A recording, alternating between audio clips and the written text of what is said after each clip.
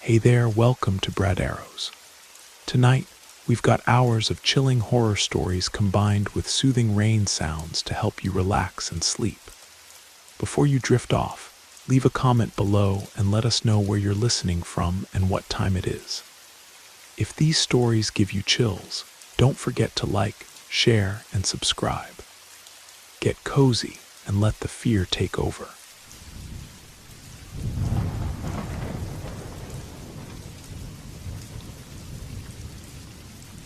Lindsay Coleman's eyes fluttered open to the rhythmic beep of hospital monitors. Harsh fluorescent lights assaulted her vision as consciousness reluctantly returned.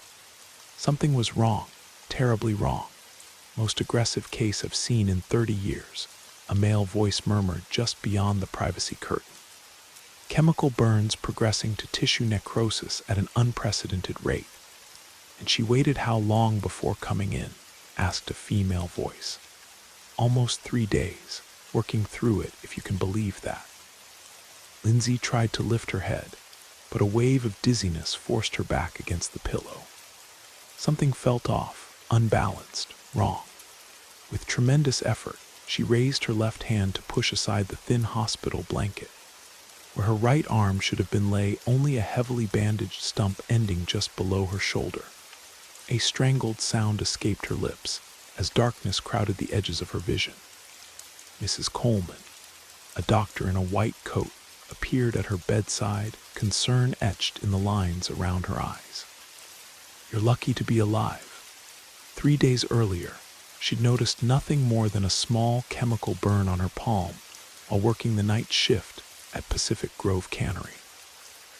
The processing plant that employed half of Cedar Bay's working population had been her lifeline for the past 8 years, ever since Michael's sudden heart attack had left her widowed at 37. Lindsay had always been resourceful with her hands. Those same hands had once taken vital signs and administered medications during her 2 years of nursing school before life demanded she drop out when Riley was born. Those hands now processed and canned fruits and vegetables for 12 hours a day at Pacific Grove, where the sweet smell of peaches mixed with the sharp chemical tang of preservatives. At 45, Lindsay's face carried the weathered determination of a woman who had faced more than her share of hardship. Her dark blonde hair, once her pride, now stayed perpetually tied back, often hidden beneath the mandatory hairnet that was part of her daily uniform.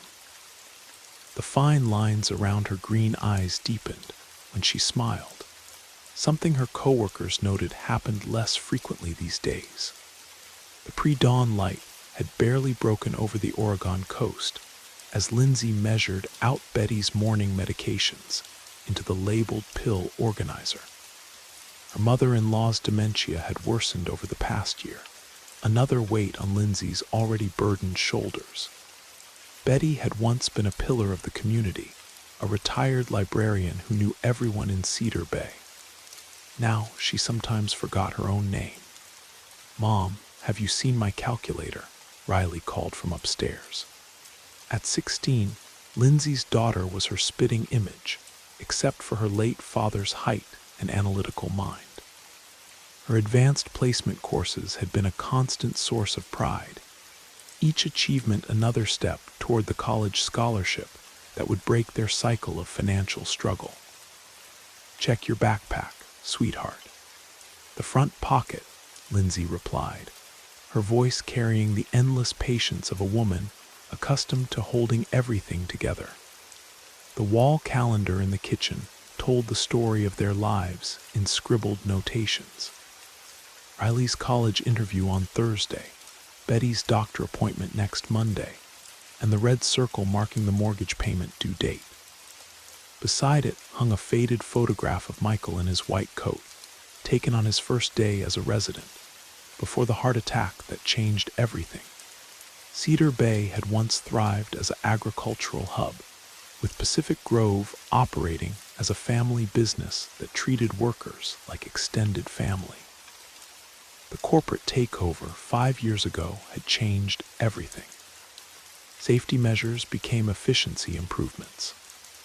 Longtime employees found their hours cut, and Lindsay, like so many others, took on extra shifts to compensate, grateful to have work at all when so many processing plants had closed entirely. The morning air carried the distinct sweet scent of ripening orchards as Lindsay pulled into the employee parking lot at Pacific Grove Cannery. The massive processing facility dominated Cedar Bay's industrial district, its weathered exterior belying the sterile environment inside, where thousands of pounds of produce moved through production lines daily. Lindsay checked her reflection in the rearview mirror, tucking a stray strand of hair under her hairnet. Dark circles shadowed her eyes after another night of interrupted sleep. Betty had wandered into the kitchen at 2 a.m, convinced it was time to prepare breakfast for her long-deceased husband. "Morning, Lynn," called Tom Richards as she badged into the employee entrance. The floor manager had worked at Pacific Grove for 28 years, starting as a line worker like Lindsay. His salt and pepper beard couldn't hide his friendly smile, but even that seemed strained lately. "Morning, Tom. Heard anything about the safety gear shipment?" Lindsay asked, stowing her lunch in the communal refrigerator. The plant had been running low on protective equipment for weeks. Another supply chain issue, according to corporate. Tom's expression darkened. "Nothing yet, but I have some news you might like better. Corporate approved overtime for the Mason Foods order. Time and a half through Friday."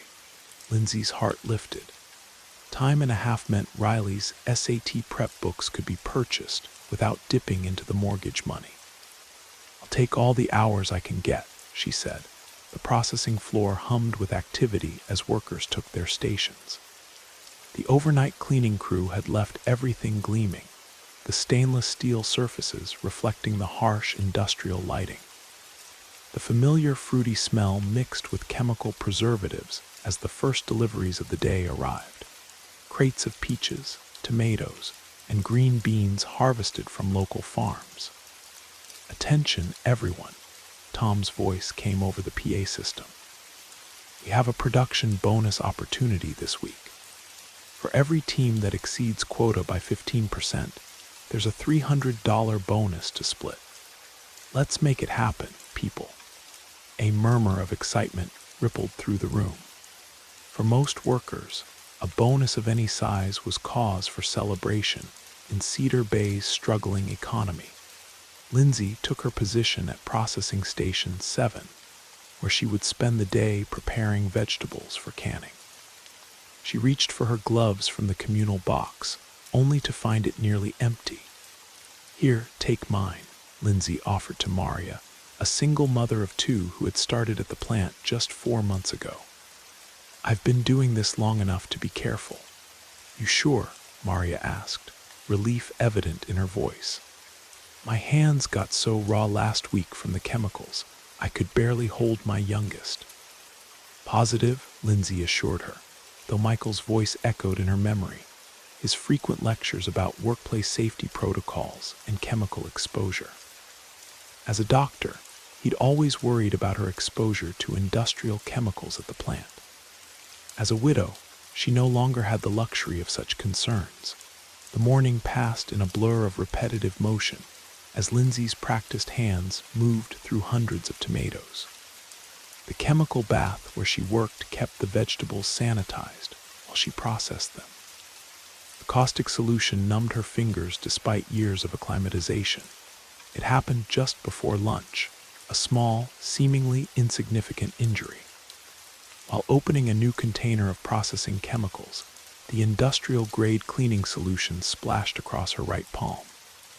The chemical burn was barely visible at first, just a slight reddening that stung when exposed to air.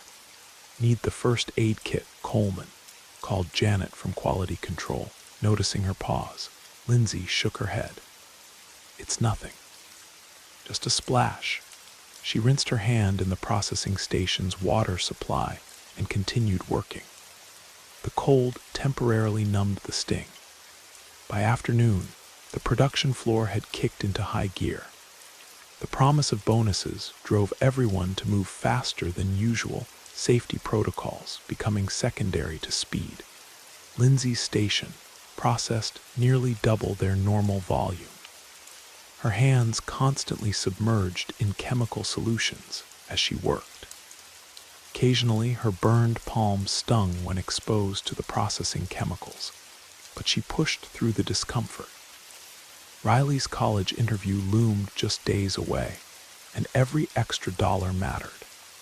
Her daughter deserved the chance that had eluded Lindsay, the opportunity to finish her education and escape the cycle of barely making ends meet. When the shift finally ended, Lindsay's shoulders ached from the repetitive motion. The small burn on her palm looked angry and red, irritated from constant exposure to chemicals and processing solutions. "That doesn't look good," observed Carmen, her locker neighbor of 12 years. "You should clean that properly. Remember Steve from shipping? Started with a little chemical burn like that, ended up with some nasty infection." "I'll take care of it at home," Lindsay promised, though they both knew the reality of coming home exhausted after a 12-hour shift. Intentions often gave way to necessity. Dinner preparation, Betty's evening care, helping Riley with homework. "Did you hear Rebecca Stone is visiting tomorrow?" Carmen lowered her voice, referring to the corporate compliance officer whose visits typically resulted in cutbacks or increased quotas. "Great, more efficiency improvements," Lindsay said, making air quotes with her fingers. "Remember when the Hartwell family owned this place? They actually cared if we got hurt." "Ancient history," Carmen sighed. "Corporate America doesn't worry about little folk like us unless we affect the bottom line." The drive home took Lindsay past the medical center where Michael had worked. Its modern facade stood in stark contrast to the surrounding weathered buildings of Cedar Bay. Some days she barely noticed it. Today, for some reason, the sight made her palm throb. At home, Riley had already started dinner while helping Betty with a jigsaw puzzle, one of the few activities that still soothed her grandmother's increasingly agitated mind. "Mom, you look exhausted," Riley said, her perceptive gaze taking in Lindsay's slumped shoulders and pained expression. "Just a long day, sweetie. How was your practice interview with Mrs. Henderson?"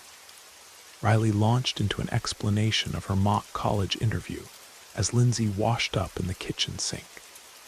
The burn stung sharply as soap hit it, but she had no energy to do more than rinse it and apply a thin layer of antibiotic ointment from the nearly empty tube in the kitchen drawer. No bandage. She'd need her hands free to help Betty shower before bed. She fell into an exhausted sleep that night. Lindsay was too tired to notice the unusual warmth radiating from her palm, or the faint red line beginning to track up her wrist, the first sign that something microscopic and deadly had found its way home with her. Lindsay awoke to pain. Not the dull, familiar ache of overworked muscles, but something sharper, more insistent. Her right hand throbbed with a burning intensity that had her gasping as consciousness fully returned. The bedside clock read 4:15 in the morning, 15 minutes before her alarm was set to ring. Stumbling to the bathroom, she flipped on the harsh overhead light and held her hand under the stream of cool water. What she saw sent a chill through her that had nothing to do with the temperature. The small chemical burn had transformed overnight. Her palm was swollen, the skin stretched tight and shiny. Angry red streaks extended from the wound sight up her wrist, disappearing beneath the sleeve of her nightgown. "Mom," Riley stood in the doorway, hair tousled from sleep. "What's wrong?" Lindsay instinctively tucked her hand behind her back. "Nothing, honey, just getting an early start." But Riley, with the observant nature that made her an excellent student, wasn't fooled. She stepped forward and gently pulled Lindsay's arm into view. Her sharp intake of breath spoke volumes. "That's infected, Mom. Need antibiotics. We should go to the ER." It's not that bad, Lindsay insisted, though they both knew it was a lie. I'll stop by the clinic after work. After work. Are you serious? Riley's voice rose in disbelief. That looks like cellulitis or worse, Lindsay sighed, leaning against the sink. Your college interview is tomorrow. We can't afford an ER visit right now. The reality of their financial situation hung between them. The precarious balance of bills paid just in time. The constant juggling, of which necessity could wait another week. My interview doesn't matter if you're. It matters, Lindsay cut her off firmly. It's everything we've worked for. I'll be fine. I'll clean it properly and keep it elevated today. The argument continued through breakfast, with Riley making increasingly desperate pleas and Lindsay growing more determined with each one. Betty, sensing the tension, repeatedly asked what was wrong until Lindsay gently redirected her attention to the morning news program that had become part of their routine. Promise me you'll at least show Tom, Riley finally conceded as Lindsay headed for the door. And if it gets worse, you'll call me. I promise, Lindsay said, kissing her daughter's forehead. As she turned away, she caught sight of a framed photo of Michael on the entryway table. His kind eyes seemed to hold a warning. How many times had he told her about infections that started small and turned deadly within days? His voice echoed in her memory. The body sends signals for a reason, Lynn. Ignoring them doesn't make the problem go away. The drive to work was difficult, with her throbbing hand. Each bump in the road sent a jolt of pain up her arm. By the time she arrived at Pacific Grove, she'd begun to question her decision to push through the day. But the sight of Rebecca Stone's luxury sedan in the reserved parking space solidified her resolve.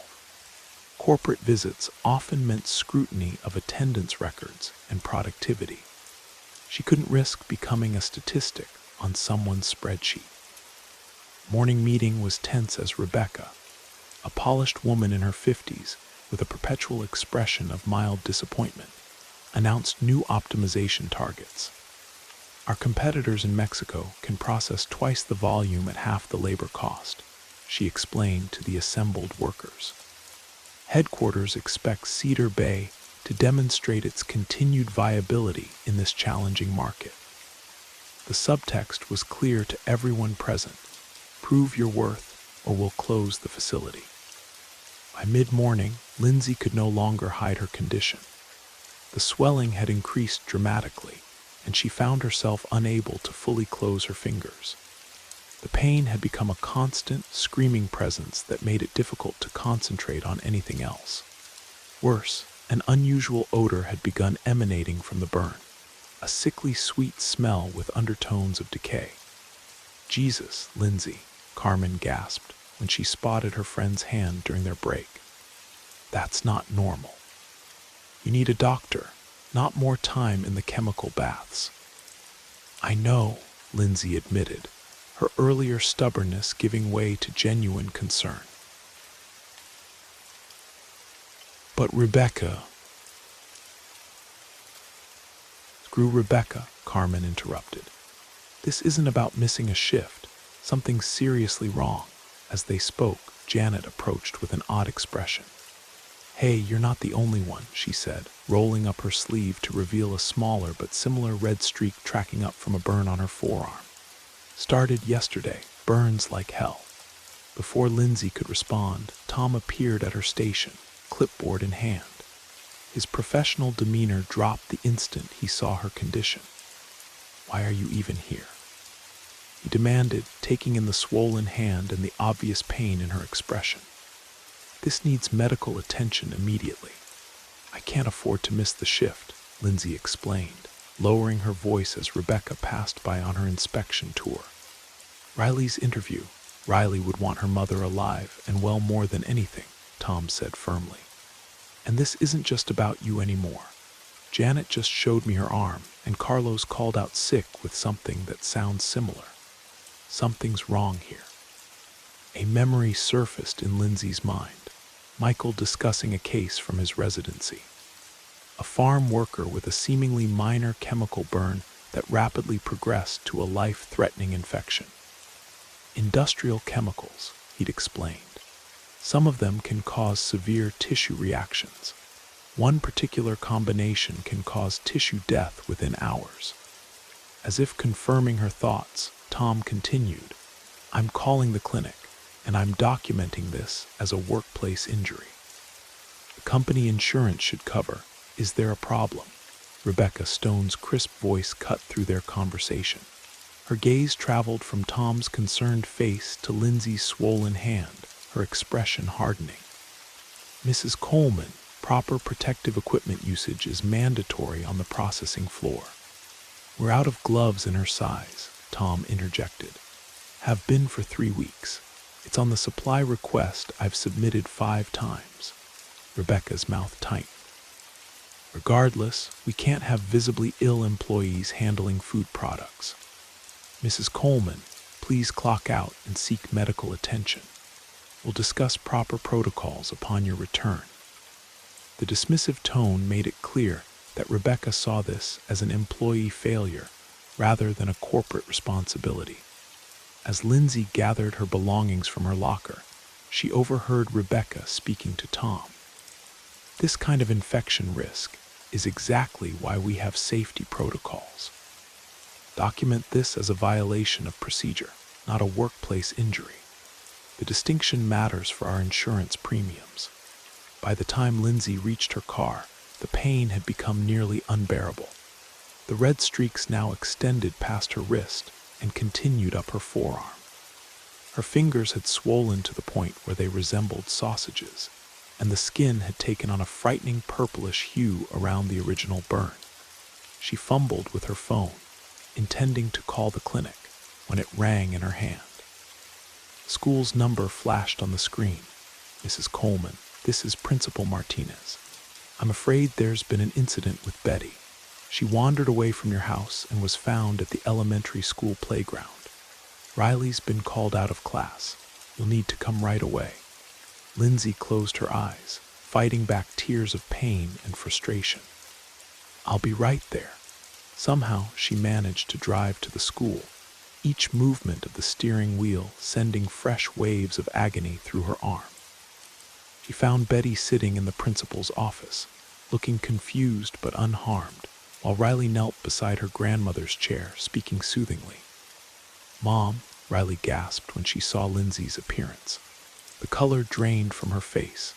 "Your hand, it's worse, much worse." Lindsay couldn't deny it any longer. The swelling had continued to progress at an alarming rate, and she felt lightheaded and nauseated. Her skin burned as though someone had poured acid over her arm. "We're going to the hospital," Riley stated in a tone that brooked no argument. "Now, I've already called Aunt Patricia to come stay with Grandma." Principal Martinez, taking in Lindsay's condition, immediately offered to keep Betty comfortable until Patricia arrived. "Go, Mrs. Coleman. This looks serious." The 20-minute drive to Cedar Bay General Hospital passed in a haze of pain. Riley drove Lindsay's car with a focus and maturity beyond her 16 years, repeatedly glancing over at her mother with poorly concealed fear. "It happened so fast," Lindsay murmured, her voice thick. "This morning it was just swollen. Dad would be furious with you for waiting," Riley said, her voice breaking slightly. "Remember how he always said infections can turn critical in hours, not days." As they pulled into the emergency entrance, Lindsay looked down at her arm once more. The swelling had extended to her elbow, and large, fluid-filled blisters had begun to form around the original burn. The skin between the blisters had taken on a mottled, grayish appearance that, even to her untrained eye, looked ominous. The emergency room was mercifully quiet when they entered. The triage nurse took one look at Lindsay's arm and immediately called for assistance. Within minutes, Lindsay found herself in an examination room, a doctor in blue scrubs studying her arm with a deeply concerned expression. "I'm Dr. Olivia Clark, infectious disease specialist. she introduced herself, her voice professionally calm despite the alarm evident in her eyes. Can you tell me exactly when this injury occurred and what you've been exposed to since then? As Lindsay recounted the past 2 days, Dr. Clark's expression grew increasingly grave. He gently pressed the skin near the red streaks, noting how it yielded unnaturally beneath her gloved fingers. Mrs. Coleman, I'm admitting you immediately. This infection is moving extremely rapidly and shows signs of necrotizing fasciitis, what people sometimes call flesh-eating bacteria. We need to start aggressive intravenous antibiotics and prepare for possible surgical debridement. Flesh-eating, Riley whispered, her face pale. But she'll be okay, right? Once she gets antibiotics. Dr. Clark's hesitation spoke volumes. We're going to do everything possible, she said finally. But I need to be honest. This is extremely serious. The infection has progressed significantly, and time is critical now. As nurses rushed in to start IV lines and draw blood samples, Lindsay caught Dr. Clark studying her face with an odd expression of recognition. Have we met before, Dr. Clark? Lindsay asked through waves of pain. No, the doctor replied after a slight pause. But your name seemed familiar when I saw your chart. She turned away quickly, issuing orders to the medical team with renewed urgency. In the midst of the whirlwind of medical activity, Lindsay felt a creeping certainty that something beyond a random infection was unfolding, something that would change her life forever. Hospital room hummed with activity as nurses moved efficiently around Lindsay, hanging IV bags of antibiotics, attaching monitoring equipment, and preparing her for what Dr. Clark had described as aggressive intervention. Through the haze of pain medication, Lindsay watched the medical team with the detached interest of someone who had once aspired to join their ranks. We're starting you on a triple antibiotic cocktail, Dr. Clark explained, checking the IV flow rates herself. Vancomycin, meropenem, and clindamycin. This combination should address most aggressive bacterial infections while we wait for culture results. Lindsay nodded weakly. Necrotizing fasciitis, she murmured. That's what you're thinking, isn't it? My husband talked about a case once. Something about industrial chemicals causing tissue death. Something flickered across Dr. Clark's face, recognition, perhaps, or surprise at Lindsay's knowledge. It's most likely necrotizing fasciitis caused by chemical exposure and secondary bacterial infection, she confirmed. Based on your exposure history and the progression rate, she paused. You worked in healthcare, nursing student. Never finished, Lindsay winced as the movement of speaking sent fresh pain radiating from her arm. Had to drop out when I got pregnant with Riley, doctor. Clark's professional demeanor softened slightly. I need to ask you some difficult questions, Mrs. Coleman. How long have safety protocols been lax at Pacific Grove? Are there other workers experiencing similar symptoms? Before Lindsay could answer, Riley returned from calling Patricia with an update. The teenager's face was drawn with worry, her usual confidence replaced by the vulnerability of a child facing a parent's mortality. The surgeon will be here in 20 minutes, Dr. Clark told them both. In the meantime, I need to take photographs of the infection site for documentation and collect fluid samples from the blisters. As the doctor gently manipulated Lindsay's arm, Riley turned away, unable to watch. The arm had deteriorated visibly in the hours since they'd arrived at the hospital. The skin around the original burn had turned black, and the blisters had multiplied, some now rupturing to reveal raw, weeping tissue beneath. I should have come in yesterday, Lindsay said, guilt washing over her. I knew better. Many people would have waited, Dr. Clark replied without judgment. Healthcare is expensive, and symptoms can be deceptive in the early stages. She hesitated before adding, especially when you have others depending on you. The comment struck Lindsay as oddly personal. She studied the doctor's face more carefully, noting the intelligent brown eyes and the auburn hair tucked neatly beneath her surgical cap. Something about her seemed hauntingly familiar.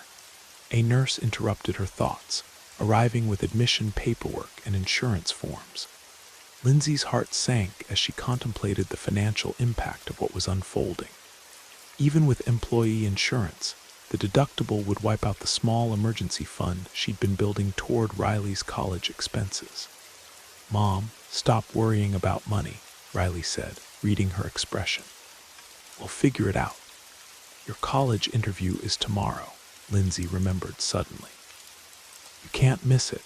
Are you serious right now?" Riley's voice rose in disbelief. "You're in the hospital with she lowered her voice, "flesh-eating bacteria, and you're worried about my interview. That scholarship is your future," Lindsay insisted. "Everything we've worked for." Their argument was interrupted by the arrival of Dr. Samuel Martinez, the surgical specialist. His assessment of Lindsay's condition was swift and decisive. "We need to get you to the OR immediately," he announced after examining her arm. "The infection is advancing into the deeper tissue planes. I'll need to remove all affected tissue to get ahead of it." "How much?" Lindsay asked, her mouth suddenly dry. Doctor Martinez exchanged a glance with Dr. Clark before answering. "I won't know until I'm in there. Best case scenario, we're looking at extensive debridement along the forearm. Worst case." He didn't finish the sentence, but his meaning was clear. As they prepared to take her to surgery, Tom Richards arrived, still in his work clothes, his face etched with concern. "How bad is it?" he asked, taking in the medical equipment and Lindsay's ashen complexion. "Bad enough," Lindsay admitted. "Any news about the others, Janet and Carlos?" Tom nodded grimly. "Janet's in the ER downstairs right now. Carlos called he's bringing his daughter in too. She got burned helping him clean equipment he brought home." He lowered his voice. "Corporate is in full damage control mode. Rebecca is making calls to lawyers instead of health authorities." Dr. Clark, overhearing this exchange, stepped closer. "How many workers are affected?" "At least 6 that I know of," Tom replied. "But people are scared to report symptoms. They need their jobs." "This is now a public health issue," Dr. Clark said firmly. "I'm contacting the CDC and state health department, regardless of what your corporate office wants." As orderlies arrived to transport Lindsay to surgery, Riley leaned down to kiss her mother's forehead. "I'll be right here when you wake up," she promised, her voice thick with unshed tears. "No," Lindsay said, squeezing her daughter's hand with her unaffected one. "You'll go to your interview tomorrow. Then you'll come back and tell me all about how you amazed them." She managed a weak smile. "That's an order from your mother." The operating room was blindingly bright after the dimmer lighting of the hospital room. Lindsay stared up at the circular lights as the anesthesiologist prepared his medications. "We're going to take good care of you, Mrs. Coleman," Dr. Martinez assured her. "Just count backward from 10 for me." 10, 9, 8, Lindsay began, but darkness claimed her before she reached 7. While Lindsay underwent surgery, Riley paced the waiting room, alternating between anxious silence and rapid-fire questions whenever medical staff appeared. Tom remained as well, making calls to other Pacific Grove employees, quietly building a list of those with symptoms. "Your mother's out of surgery," Dr. Clark announced, appearing in the doorway still dressed in surgical scrubs. Her expression was carefully neutral, the practiced look of a doctor delivering difficult news. Dr. Martinez was able to remove the infected tissue, but the damage was extensive. "She's in recovery now." "How extensive?" Riley asked, her voice small. "The infection had reached the fascial plane, the layer surrounding the muscles. We had to remove significant tissue from her hand and forearm." Dr. Clark hesitated. "Riley, your mother will need additional surgeries and extensive rehabilitation. The function in that hand may be permanently affected." Tom stepped forward. "This is a workplace injury. The company needs to be held responsible for the unsafe conditions. I've already documented everything as such. And I've contacted the health department, Dr. Clark assured him. They're sending investigators to the plant tomorrow. As they spoke, a nurse hurried into the waiting area. Dr. Clark, the patient in room 4, the girl with the hand infection. Her condition is deteriorating rapidly. Hypotensive, tachycardic. Carlos's daughter, Tom murmured. She's only 9. Dr. Clark hurried away, leaving Riley and Tom to process the implications of what was happening. This wasn't just about Lindsay anymore. Something dangerous was spreading through their community, connected to the lifeblood of Cedar Bay's economy. Hours later, Riley sat beside her mother's hospital bed, watching the slow rise and fall of her chest. Lindsay's right arm was heavily bandaged from fingers to shoulder, elevated on pillows and connected to a wound vacuum system that made soft, rhythmic sucking sounds. Riley. Lindsay's voice was raspy from the intubation tube. I'm here, Mom. Riley leaned forward, relief washing over her. How do you feel? Like I've been hit by a truck, Lindsay managed a weak smile. My arm, Riley hesitated. They had to remove some infected tissue. Dr. Clark says you'll need more surgeries. Lindsay nodded slightly, too exhausted to press for details. What time is it? Almost midnight. You've been out for about 7 hours. You should go home, get some rest before your interview. Riley shook her head firmly. I'm not leaving you. Stubborn just like your father, Maggie's eyes drifted closed again, the medication pulling her back toward sleep. In the hallway outside, Dr. Clark conferred with the hospital administrator, their voices hushed but tense. We have 9 confirmed cases now, Dr. Clark was saying, all connected to Pacific Grove. The CDC is sending a team, but they won't arrive until morning. And the company's response, the administrator asked. Their legal department is claiming no direct evidence links the infections to the plant. They're suggesting the chemicals could have come from multiple sources. Riley stepped forward, making her presence known. That's a lie, she said firmly. My mother told me about the safety issues.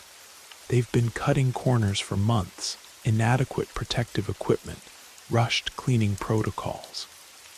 Dr. Clark studied Riley with a mixture of sympathy and something else, a peculiar intensity that seemed personal rather than clinical. Riley, there's something I need to tell you, something about your father. The statement hung in the air between them, unexpected and bewildering. My father, what about him? Dr. Clark glanced toward Lindsay's room. Not here. Let's find somewhere private to talk. They settled in a small consultation room, its impersonal furnishings a stark backdrop for the conversation that followed. I knew Michael Coleman, Dr. Clark began. We were in medical school together at OHSU, more than classmates actually. We were engaged briefly before he moved to Cedar Bay for his residency. Riley stared at her, struggling to process this revelation. You were engaged to my dad. Does my mom know? I don't think so. Michael and I parted ways before he moved to Cedar Bay for his residency. That's where he met your mother, Doctor. Clark's expression softened.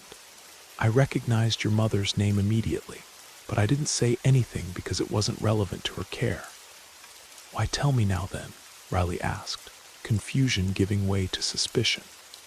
Because I want you to understand why I'm personally committed to getting to the bottom of this. Michael was passionate about public health and patient advocacy. He would be furious about what's happening here, a company prioritizing profit over safety, people suffering because of corporate negligence. Doctor, Clark leaned forward. I'm going to help your mother and the others, not just as their doctor, but because it's what Michael would have expected from me. The unexpected connection to her father left Riley momentarily speechless. Finally, she asked, "Have you been collecting evidence about the chemicals and the plant, Doctor?" Clark nodded. "Every sample, every case history, every detail of exposure. The CDC team will have everything they need to make the connection irrefutable." "Good," Riley said firmly, "because they're not getting away with this." When Riley returned to her mother's room, she found Lindsay awake again, more alert than before. Pain medication had been adjusted, allowing her to think more clearly despite the constant discomfort. "The doctor with the auburn hair," Lindsay said without preamble. "Olivia Clark. I finally remembered where I've seen her face before." Riley tensed. "Mom, she told me about her and Dad. There was a photograph," Lindsay continued, "in one of your father's medical school yearbooks. They were standing together at some award ceremony." She managed a small, sad smile. "She was beautiful, still is." "You knew about them." "Your father was honest about his past. We had no secrets." Lindsay shifted slightly, wincing as the movement disturbed her arm. "What I don't understand is why she's here in Cedar Bay of all places. She said she took the position here 8 months ago," Riley explained. "Coming from Portland. She specializes in infectious diseases, especially chemical-related injuries." Before they could discuss it further, the night nurse entered to check Lindsay's vitals and change the wound dressing. Riley stepped out to give them privacy, finding Tom still in the waiting area, now joined by several other Pacific Grove employees. "Any news about the others?" Riley asked. "Carlos's daughter is stabilized for now," Tom replied, his face haggard from worry and lack of sleep. "Janet is heading into surgery. 3 more workers came in with early symptoms." He ran a hand through his graying hair. "The plant's been temporarily closed, officially for routine maintenance, but really because they're afraid of health inspectors finding something." "They should be afraid," Riley said vehemently. "My mom could have died. Carlos's little girl could have died." A young man approached them, extending his hand to Riley. "Jake Thompson, Cedar Bay Tribune. I'm investigating the situation at Pacific Grove. Would you be willing to talk about your mother's condition?" Riley hesitated, looking to Tom for guidance. "The community deserves to know what's happening," Tom said quietly. "And the company isn't going to volunteer the information." With Tom's support, Riley provided Jake with a detailed account of her mother's injury, symptoms, and treatment. She described the safety concerns Lindsay had mentioned over the past months and the dismissive attitude of corporate management. "Do you have any documentation?" Jake asked. "Safety reports, complaint forms, anything that shows the company was aware of problems." "I might," Tom said carefully, "but I'd need assurances about protecting my sources." As they spoke, Dr. Clark emerged from another patient's room, her face drawn with fatigue. She approached the group, addressing Tom directly. "The laboratory has confirmed chemical burns with secondary bacterial infection in all patient samples so far. The particular combination of industrial chemicals is producing toxins at a rate I've rarely seen." She lowered her voice. "The CDC team will want water and equipment samples from the plant. Can you help facilitate that?" Tom nodded grimly. "I have keys and security codes. I can get them whatever they need." Morning brought unwelcome news. During the night, the infection in Lindsay's arm had continued to spread despite the surgery and powerful antibiotics. The skin around the surgical site had darkened ominously, and her fever had spiked to 103 degrees. "We need to go back in," Dr. Martinez told Riley and Dr. Clark during morning rounds.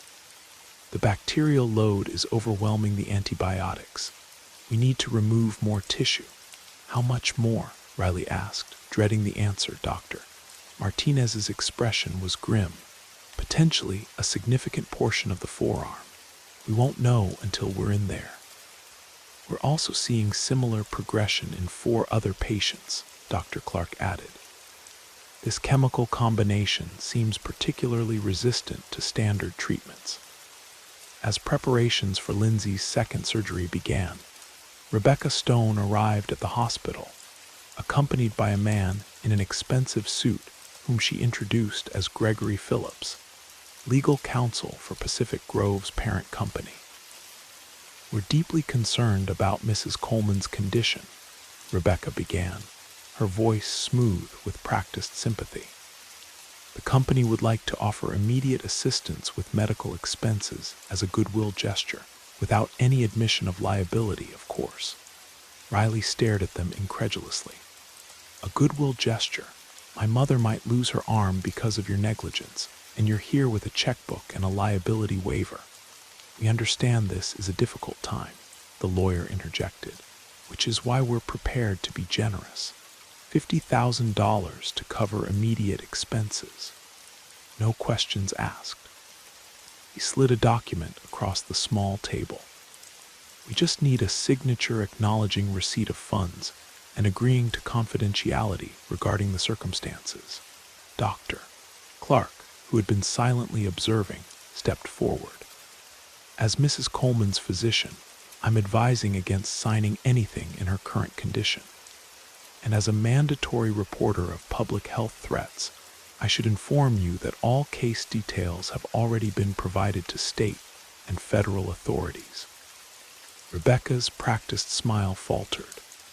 "We're simply trying to help a valued employee during a medical crisis.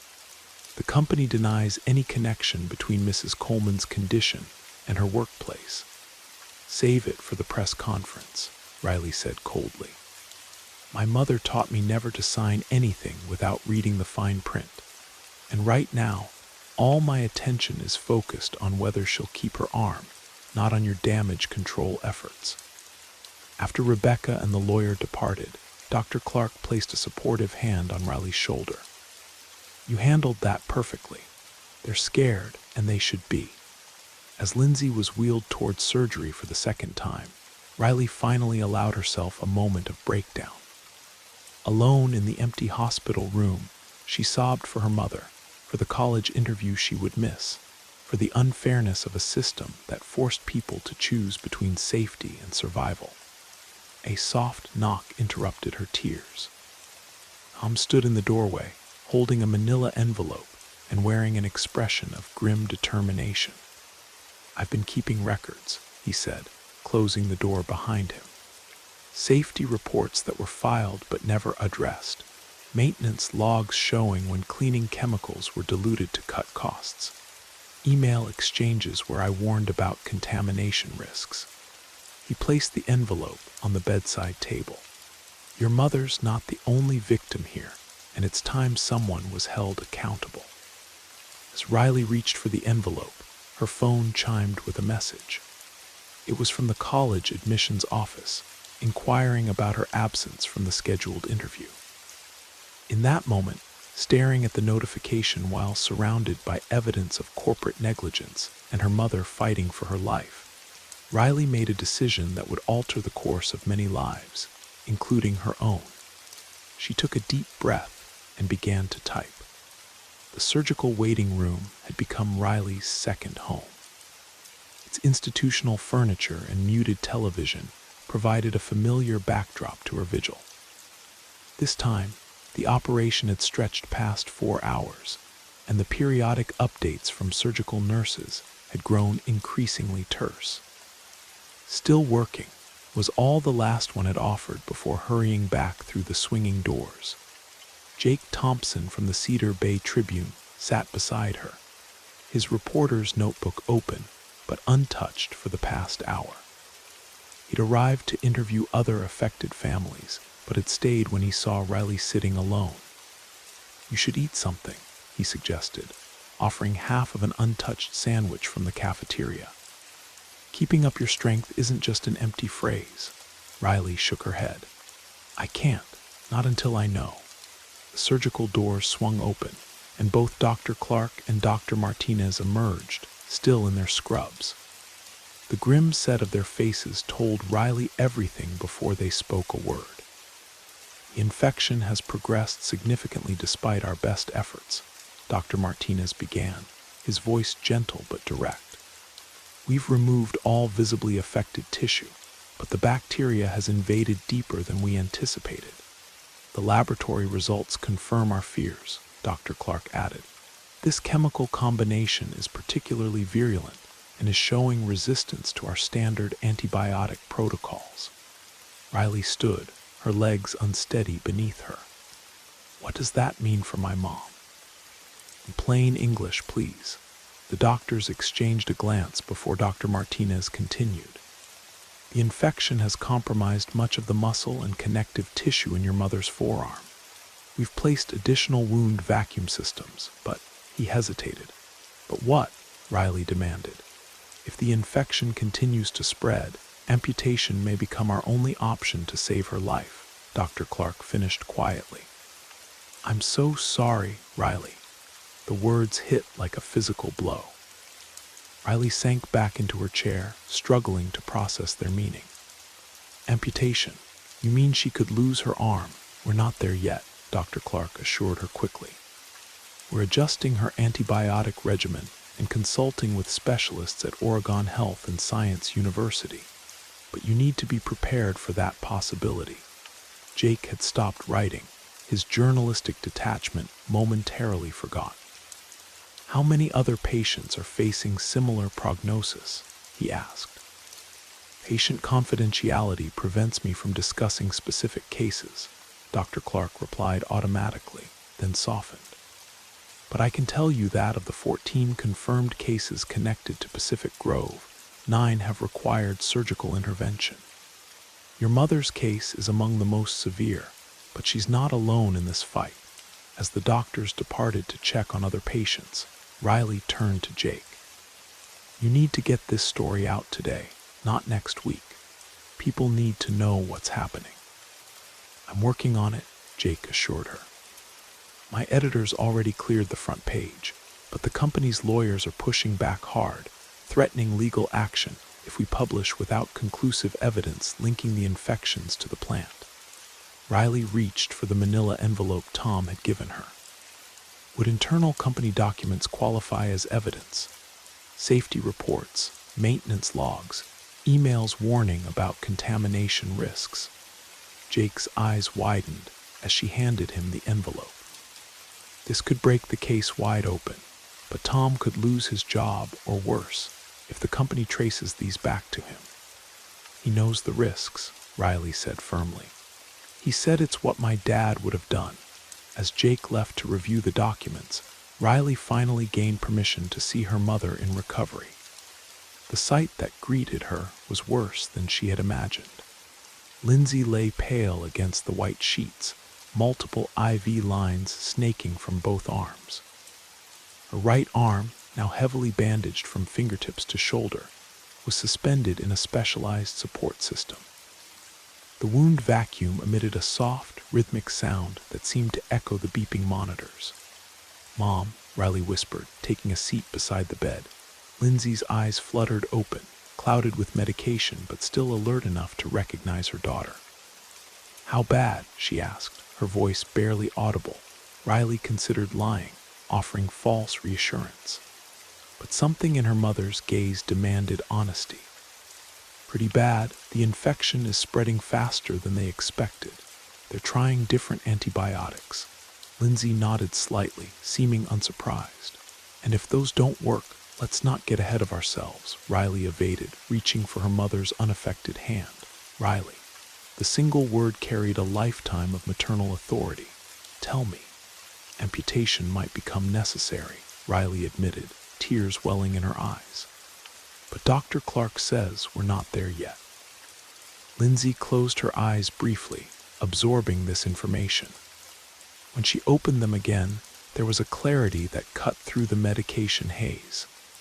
The medical bills will be astronomical, even with insurance. Stop, Riley interrupted firmly. That's not important right now. It is, Lindsay insisted. Your college fund. I emailed the admissions office, Riley cut in. Explained the situation. They've rescheduled my interview for next month. She managed a small smile.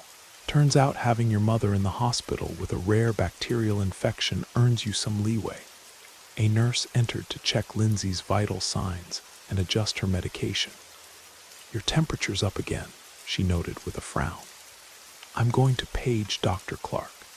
The next few hours passed in a blur of increased medical activity. Lindsay's condition deteriorated rapidly, her fever spiking to 104 degrees despite aggressive cooling measures. The infection had triggered a systemic inflammatory response, sepsis, putting stress on her kidneys and lungs. By evening, Dr. Clark had moved Lindsay to the intensive care unit. The hospital room now resembled a medical command center, with additional equipment and a rotating team of specialists. Her blood pressure is dropping, one of the ICU nurses reported, adjusting medication drips. Oxygen saturation down to 92%. Doctor. Clark pulled Riley aside, her professional composure showing cracks of genuine concern. Riley, we need to have a difficult conversation. Your mother's condition is becoming critical. The infection has entered her bloodstream and is causing organ stress. We're running out of options. The amputation, Riley whispered. That's what you're saying, isn't it? At this point, removing the primary infection site may be her best chance of survival, Dr. Clark confirmed. But we need consent, and your mother's current mental status is too compromised for her to make this decision. What about her living will? She must have designated someone. She did. You. Dr. Clark placed a gentle hand on Riley's shoulder. When you turned 16 last year, she updated her advance directive to name you as her healthcare proxy in the event she couldn't make her own decisions. The weight of this responsibility crashed down on Riley. At 16, she was being asked to authorize the amputation of her mother's arm, a decision that would permanently alter Lindsay's life, her career prospects, her independence. What would you do? Riley asked, her voice small. If it were your mother. Dr. Clark's professional distance slipped entirely. I would save her life first and trust that we would figure out the rest together afterward. Before Riley could respond, alarms began sounding from Lindsay's room. They rushed back in to find the medical team in swift, coordinated motion. Blood pressures crashing, the nurse called out. Systolic down to 78. Starting vasopressors, another replied, adjusting medication drips. O2 sat dropping to 86%. Dr. Clark moved to Lindsay's side, assessing the situation with practiced efficiency. She's developing acute respiratory distress. We need to intubate now. She turned to Riley, her expression grave. Riley, we're out of time. I need your decision on the amputation. The room seemed to spin around Riley as the weight of the moment pressed down on her. In the midst of the medical chaos, she found herself remembering a conversation with her father years ago, shortly before his death. They had been discussing a case where he had to amputate a young man's leg after a motorcycle accident. Sometimes the hardest part of medicine is knowing when to let go, he had told her. Not of the patient, but of the path you thought their life would take. You have to clear the way for a new path. I consent, Riley said finally, her voice stronger than she felt. Do whatever you need to do to save her. Within the hour, Lindsay was being prepared for emergency surgery. Dr. Martinez would perform the amputation, a below-the-shoulder procedure that would remove the entire infected area while preserving as much function as possible for future prosthetics. As they wheeled Lindsay toward the operating room, Riley leaned down to kiss her mother's forehead, now cool and clammy from shock. I love you, Mom, she whispered. I'll be right here when you come back. The surgical waiting room had filled with others affected by the Pacific Grove outbreak. Janet's family huddled in one corner, while Carlos sat with his young daughter, her arm heavily bandaged, but her condition stabilized. Tom had returned from a meeting with health department officials, his face drawn with exhaustion. The CDC team collected samples from the processing tanks, he reported quietly. Preliminary tests confirmed massive chemical contamination. They've shut down the plant indefinitely. What about the workers? Riley asked. All those people without paychecks. That's the next battle, Tom acknowledged. But right now, there's something else you should know. He nodded toward the television in the corner, where the local news had cut to a breaking story. On screen, Jake Thompson stood outside Pacific Grove, microphone in hand. Sources within the company have provided documents showing that management was aware of potential contamination issues for months before workers began falling ill. Internal emails reveal that safety protocols were deliberately reduced to cut costs, despite warnings from floor supervisors about increased injury risks. Riley watched in stunned silence as the report continued, featuring quotes from documents she recognized from Tom's envelope. The story had broken, and there would be no containing it now. Rebecca Stone appeared on screen next, surrounded by reporters outside the corporate offices. Her carefully composed expression couldn't hide the panic in her eyes. Pacific Grove takes employee safety extremely seriously. We are cooperating fully with health authorities to determine the source of these unfortunate incidents, but we caution against premature conclusions that might unfairly damage our company's reputation or the livelihoods of our many dedicated employees. Too late for that, Tom muttered. The state just issued emergency closure orders for all their processing facilities in the region pending investigation. As the news coverage continued, the hospital chaplain appeared in the waiting room, making his way toward Riley. Miss Coleman, your mother's in surgery now. I thought you might like some company during the wait. Riley nodded gratefully, suddenly aware of how alone she felt despite the crowded room. They're taking her arm, she said, the reality of it finally hitting her full force. I had to give permission. I had to tell them they could. Her voice broke as tears overwhelmed her. You made a decision of love, the chaplain said gently. The hardest kind there is. Hours passed in agonizing slowness. Other families received updates on their loved ones, some departing with expressions of relief, others sinking deeper into worried silence. Riley alternated between pacing the room and sitting perfectly still, her mind racing through all the ways their lives would change after today. How would Lindsay dress herself? Drive a car? Care for Betty? The practical questions collided with larger ones. Would her mother blame her for authorizing the amputation? Had she made the right choice? When Dr. Martinez finally appeared in the doorway, surgical cap still in place, Riley couldn't read his expression. She stood on shaky legs, preparing herself for whatever news he brought. The surgery was successful, he began, and Riley felt her knees weaken with relief. We removed the arm below the shoulder, and there's no sign of infection in the remaining tissue. Her mother is in recovery now, stable but still critical. The next 24 hours will be crucial. She's alive, Riley whispered, as if saying it aloud might make it more real. She's really alive. Yes, Dr. Martinez confirmed, but she has a long road ahead. When she wakes up, she'll need extraordinary strength, and so will you. As the reality of what they had endured and what still lay ahead washed over her, Riley felt a strange, calm settle within her. It had crossed a threshold today, moving from fighting for Lindsay's life to fighting for her future. Whatever came next, they would face it together. The first time Lindsay truly understood what had happened to her was 4 days after the amputation. The post-surgical haze had lifted gradually, reality seeping back in fragments.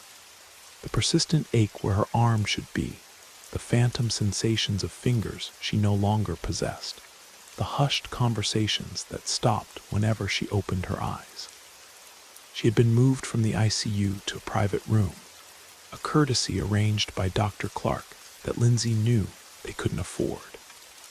The morning light filtered through partially drawn blinds, casting striped shadows across the blanket that covered her altered body. Riley had stepped out to call Patricia about Betty's care, leaving Lindsay momentarily alone. With deliberate slowness, she reached across her body with her left hand and pulled back the blanket. Heavily bandaged stump ended just below her shoulder, the reality of it both more and less terrible than she had imagined. The bandages concealed the worst of it, but there was no denying the truth. Her right arm was gone. A sound escaped her, not quite a sob, not quite a moan, a primal acknowledgement of loss that seemed to come from somewhere deeper than conscious thought. "Mom." Riley stood in the doorway, cell phone still in hand, her young face etched with concern beyond her years. Lindsay tried to compose herself, to be strong for her daughter, but the tears came anyway. "I keep thinking I can feel my fingers," she said, her voice breaking. "I keep forgetting and then remembering all over again." Riley crossed the room swiftly, settling on the edge of the bed and gently embracing her mother, careful of the IV lines and monitoring equipment. "It's called phantom limb sensation," she said softly. "I've been reading about it. Dr. Clark says it's completely normal." Lindsay leaned into her daughter's embrace, allowing herself this moment of vulnerability. "How will I work?" she whispered, giving voice to the fear that had been growing since she first understood what had happened. "How will I take care of you and Betty? We'll figure it out together," Riley promised. "Tom says the union is already fighting for workers' compensation for everyone affected, and the lawyers think there's a strong case for a lawsuit against the company." Before Lindsay could respond, Dr. Clark arrived for morning rounds. She paused in the doorway, sensing the emotional moment she had interrupted. "I can come back," she offered. "No, it's fine," Lindsay said, wiping away tears with her remaining hand. "Just having a moment of reality, doctor." Clark approached with the warm professionalism that had characterized her care. "Those moments are important," she said, checking Lindsay's vital signs. "Acknowledging the loss is the first step toward adaptation." As the doctor examined the surgical site, Lindsay studied her face. The connection to Michael still seemed surreal. This accomplished woman had once planned a life with the man Lindsay had married. In another universe, Lluvia Clark might have been Riley's mother. "Your blood work is showing marked improvement," Dr. Clark reported. "The infection is responding to the antibiotics, and your organ function is stabilizing. From a medical standpoint, the amputation was successful." "From a medical standpoint," Lindsay repeated, the bitterness in her voice surprising even herself. "And from a human standpoint, how exactly does a 45-year-old single mother with one arm support her family? Go back to processing food, doctor." Clark met her gaze directly. "I don't have those answers, Lindsay. I wish I did. What I can tell you is that you're alive because of a decision your daughter had the courage to make. Many people in your situation might not have been so fortunate." The words struck Lindsay like a physical blow. In her fog of self-pity, she had somehow overlooked the weight Riley had been carrying, the responsibility of authorizing the amputation, of becoming the decision-maker for their family at just 16. "Riley," she began, turning to her daughter with fresh tears, "I never meant for you to have to make that choice. I'm so sorry." "I'd make it again," Riley said firmly. 100 times over, doctor." Clark allowed them this moment before continuing. "There's something else we need to discuss. The CDC has confirmed that all 14 cases from Pacific Grove share the same pattern of chemical exposure. It's an unusually virulent combination, and it appears to have resulted from systematic safety violations and inadequate chemical handling procedures." "So it wasn't just bad luck," Lindsay said quietly. "It was negligence." "Yes," Dr. Clark confirmed. "The plant has been closed indefinitely, and criminal investigations are being opened into corporate management decisions." She hesitated before adding, "The media coverage is significant. Several reporters have requested interviews with affected workers. I've kept them away while you were critical, but I wanted you to be aware. Jake Thompson already has my story, Riley interjected. He's been fair in his reporting. Lindsay closed her eyes briefly, overwhelmed by the implications. Plant's closure meant hundreds of people without jobs, people with families, mortgages, lives built around steady employment that had suddenly vanished. Her personal tragedy was part of something much larger. There's one more thing, Dr. Clark said, her tone shifting slightly. I've been in contact with specialists at the rehabilitation hospital in Portland. They have an excellent program for upper limb amputees, including advanced prosthetics training. I've taken the liberty of referring your case. We can't afford specialized care, Lindsay said immediately. The insurance will barely cover this hospitalization. That's being addressed, Dr. Clark replied.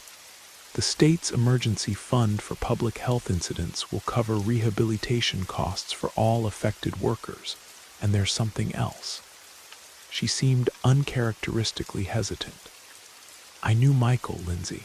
We were close once. I know, Lindsay said quietly. Riley told me. Dr. Clark nodded, seeming relieved to have this acknowledgement. Michael and I shared a dream once of improving rural healthcare access.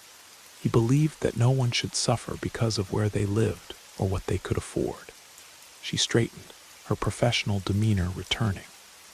I've established a foundation in his memory that provides support for medical emergencies in underserved communities. Your rehabilitation will be covered, regardless of insurance limitations. The gesture left Lindsay speechless. This woman who might have resented her, who had lost Michael to her, was instead extending extraordinary help. Why? She finally managed. Because it's what he would have wanted, Dr. Clark said simply. And because your daughter reminds me of him in all the best ways. After Dr. Clark departed, Lindsay fell into an exhausted silence, processing everything she had learned. The weight of what had happened and what still lay ahead felt overwhelming. A nurse arrived with medication and a lunch tray, setting it up with practiced efficiency. The simple task of eating suddenly presented a new challenge. The hospital tray was designed for two-handed dining.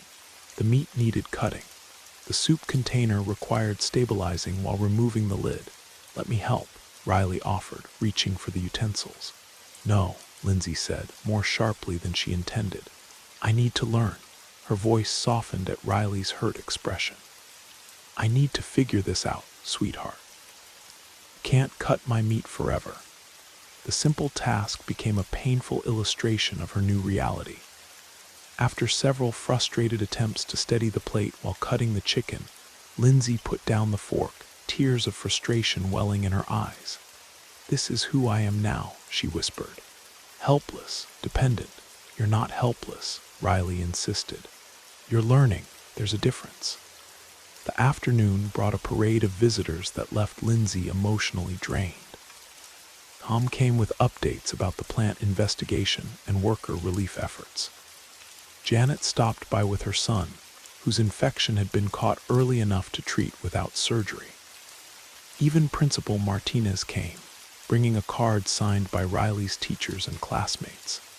By evening, Lindsay's pain had increased as the medication wore off, both the physical pain of her healing surgical site and the deeper ache of lost identity. Who was she now? Not the capable single mother who had held everything together through sheer determination. Not the skilled worker whose hands had supported her family for decades. As twilight darkened the hospital room, Lindsay found herself alone with her thoughts. Riley had finally been convinced to go home for a proper night's sleep, with Patricia promising to bring her back in the morning. In the quiet darkness, Lindsay allowed herself to fully feel the magnitude of her loss. She wept for her arm, for her independence, for the future she had planned. She wept for Riley, forced to grow up too quickly. She wept for Betty, who might not even understand what had happened to her daughter-in-law. When the tears finally subsided, Lindsay found herself facing the most difficult question. What now? The path forward was unclear, shrouded in uncertainty and obstacles she couldn't yet imagine. For the first time in her adult life, she couldn't see how to fix things, how to make everything work through sheer will and determination. As she drifted toward uneasy sleep, one thought remained: she had survived. Whatever came next would have to be built on that fundamental truth. She was still here, still breathing, still Riley's mother and Betty's caretaker. The how of it all remained a mystery, but the why was as clear as it had ever been. 1 week after Lindsay's amputation, the Cedar Bay Tribune published a front-page exposé that sent shock waves through the community and beyond.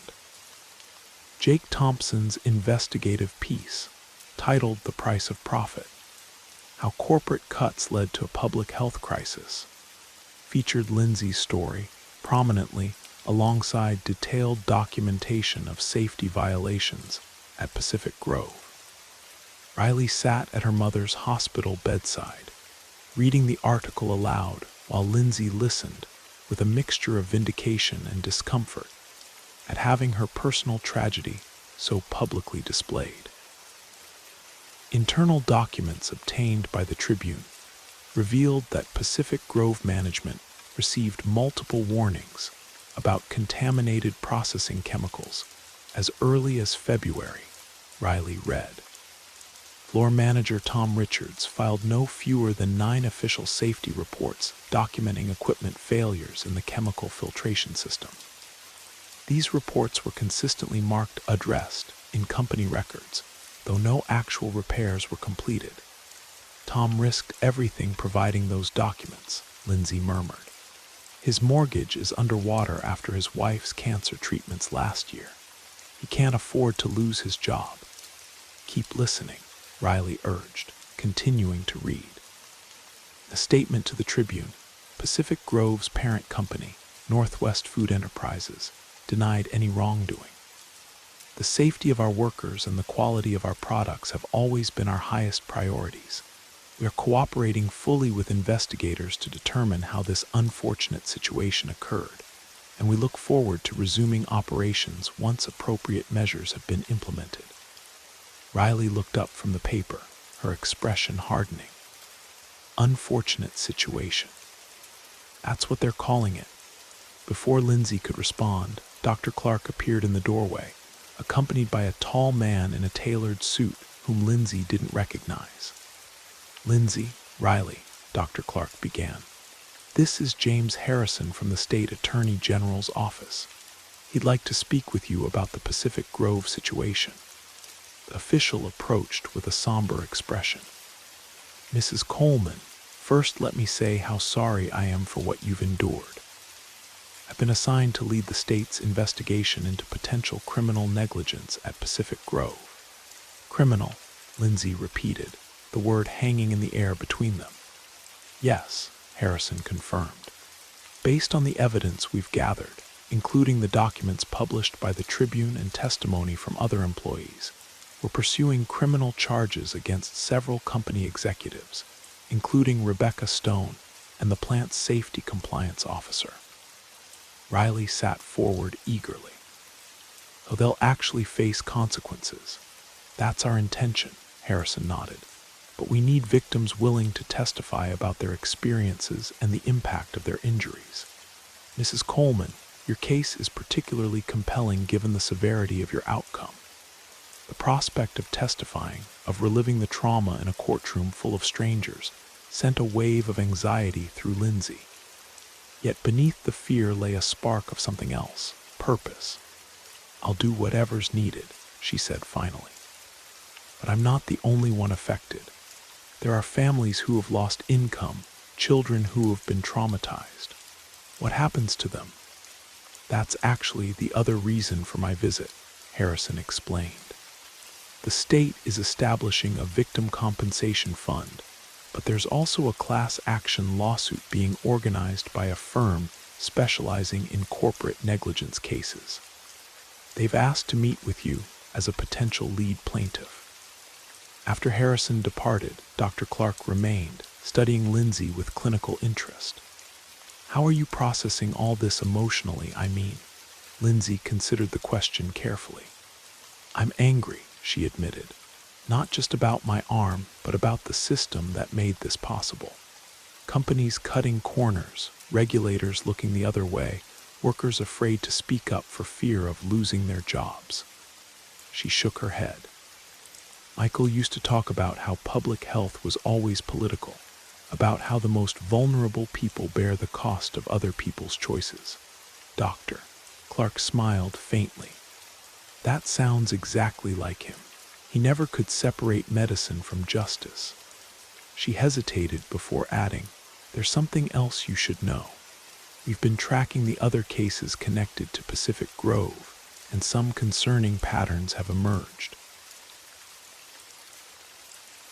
Riley tensed visibly. What kind of patterns? 4 more workers have developed symptoms in the past 2 days. People who weren't initially identified as having been exposed.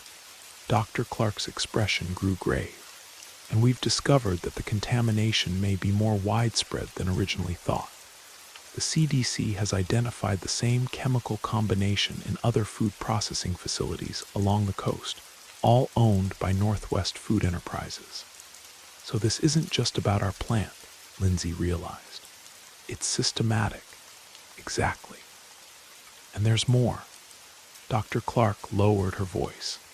Rebecca Stone visited other affected facilities after the outbreak began here, before the connection was publicly known. We believe she may have been part of a coordinated effort to conceal evidence. The revelation stunned both Lindsay and Riley into momentary silence. What they had experienced wasn't just corporate negligence. It was potentially deliberate concealment that had put countless other workers at risk. Someone needs to be held accountable, Riley said finally, her young voice firm with conviction. That's what Mr. Harrison and his team are working toward, Dr. Clark assured them. But right now, I need you both to focus on Lindsay's recovery. The physical therapist will be starting tomorrow, and we're looking at discharge planning for early next week. The mention of discharge sent a fresh wave of anxiety through Lindsay. Hospital, for all its clinical sterility, had become a protective bubble, a place where her new reality was understood and accommodated.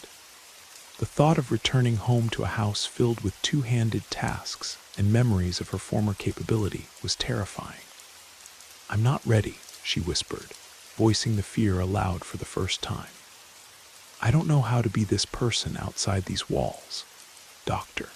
Clark sat on the edge of the bed, her professional distance momentarily set aside.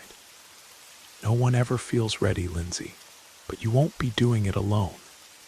Later that evening, as Riley helped Lindsay with her dinner, they had worked out a system where Lindsay could manage most foods independently with specially designed utensils.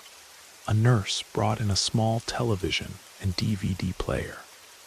Special delivery, she announced. Dr. Clark thought you might benefit from seeing this. The DVD contained testimonials from upper limb amputees, people of various ages describing their journeys from injury to adaptation. A construction worker who'd lost his arm in an accident now worked as a safety consultant. A young mother demonstrated how she cared for her infant with the help of adaptive equipment. A retired teacher discussed the emotional challenges of phantom limb pain and identity loss. They seemed so normal, Lindsay observed, watching a middle-aged man demonstrate how he tied his shoes one-handed. They are normal, Riley pointed out. Just different normal. As they watched, Tom Richards appeared in the doorway looking hesitant. Bad time. No, come in, Lindsay welcomed him. Genuinely pleased to see a familiar face from the world outside the hospital, Tom entered, carrying a small potted plant and what appeared to be a newspaper. Thought you might like something green in here, he said, placing the plant on the windowsill. Then more solemnly, he handed Lindsay the paper. And I thought you should see this. It's going to be public knowledge soon anyway. The paper was not the Cedar Bay Tribune, but the Regional Business Journal. The headline read, "Northwest Food Enterprises stock plummets amid contamination scandal. Bankruptcy filing expected." "They're going under," Tom explained unnecessarily. "The lawsuits, the criminal investigations, the recalls, it's too much. Word is they're planning to liquidate assets, including all the processing plants." The news hit Lindsay with unexpected force. While she harbored no love for the corporate entity that had valued profit over safety, the practical implications were staggering. "That's over 600 jobs in Cedar Bay alone," she said, "not to mention the farming operations that depend on the plant buying their crops."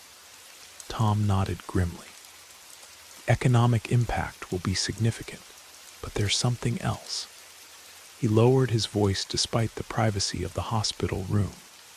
"There's a group of us, longtime employees, local investors, even some of the independent farmers, talking about the possibility of buying the plant when it goes to auction, running it as a worker-owned cooperative." "Is that even possible?" Riley asked, intrigued. "It's been done successfully in other industries," Tom confirmed.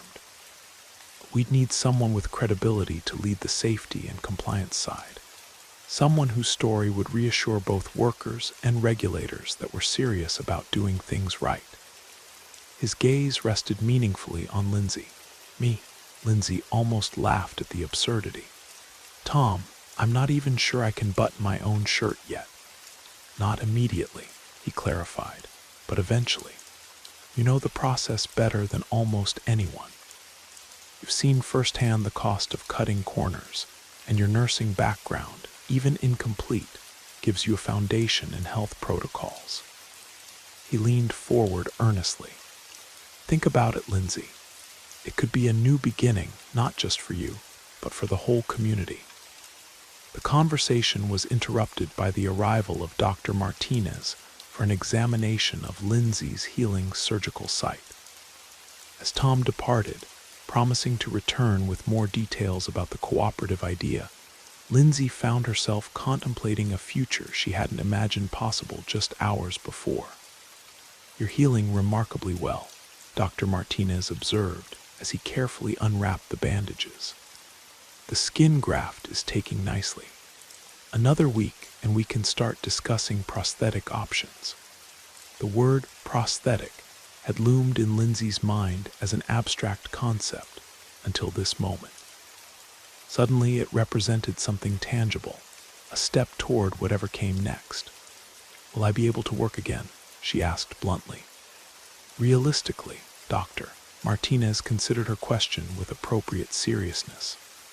"With the right prosthetic and proper training, many upper limb amputees return to productive employment, though often in modified roles.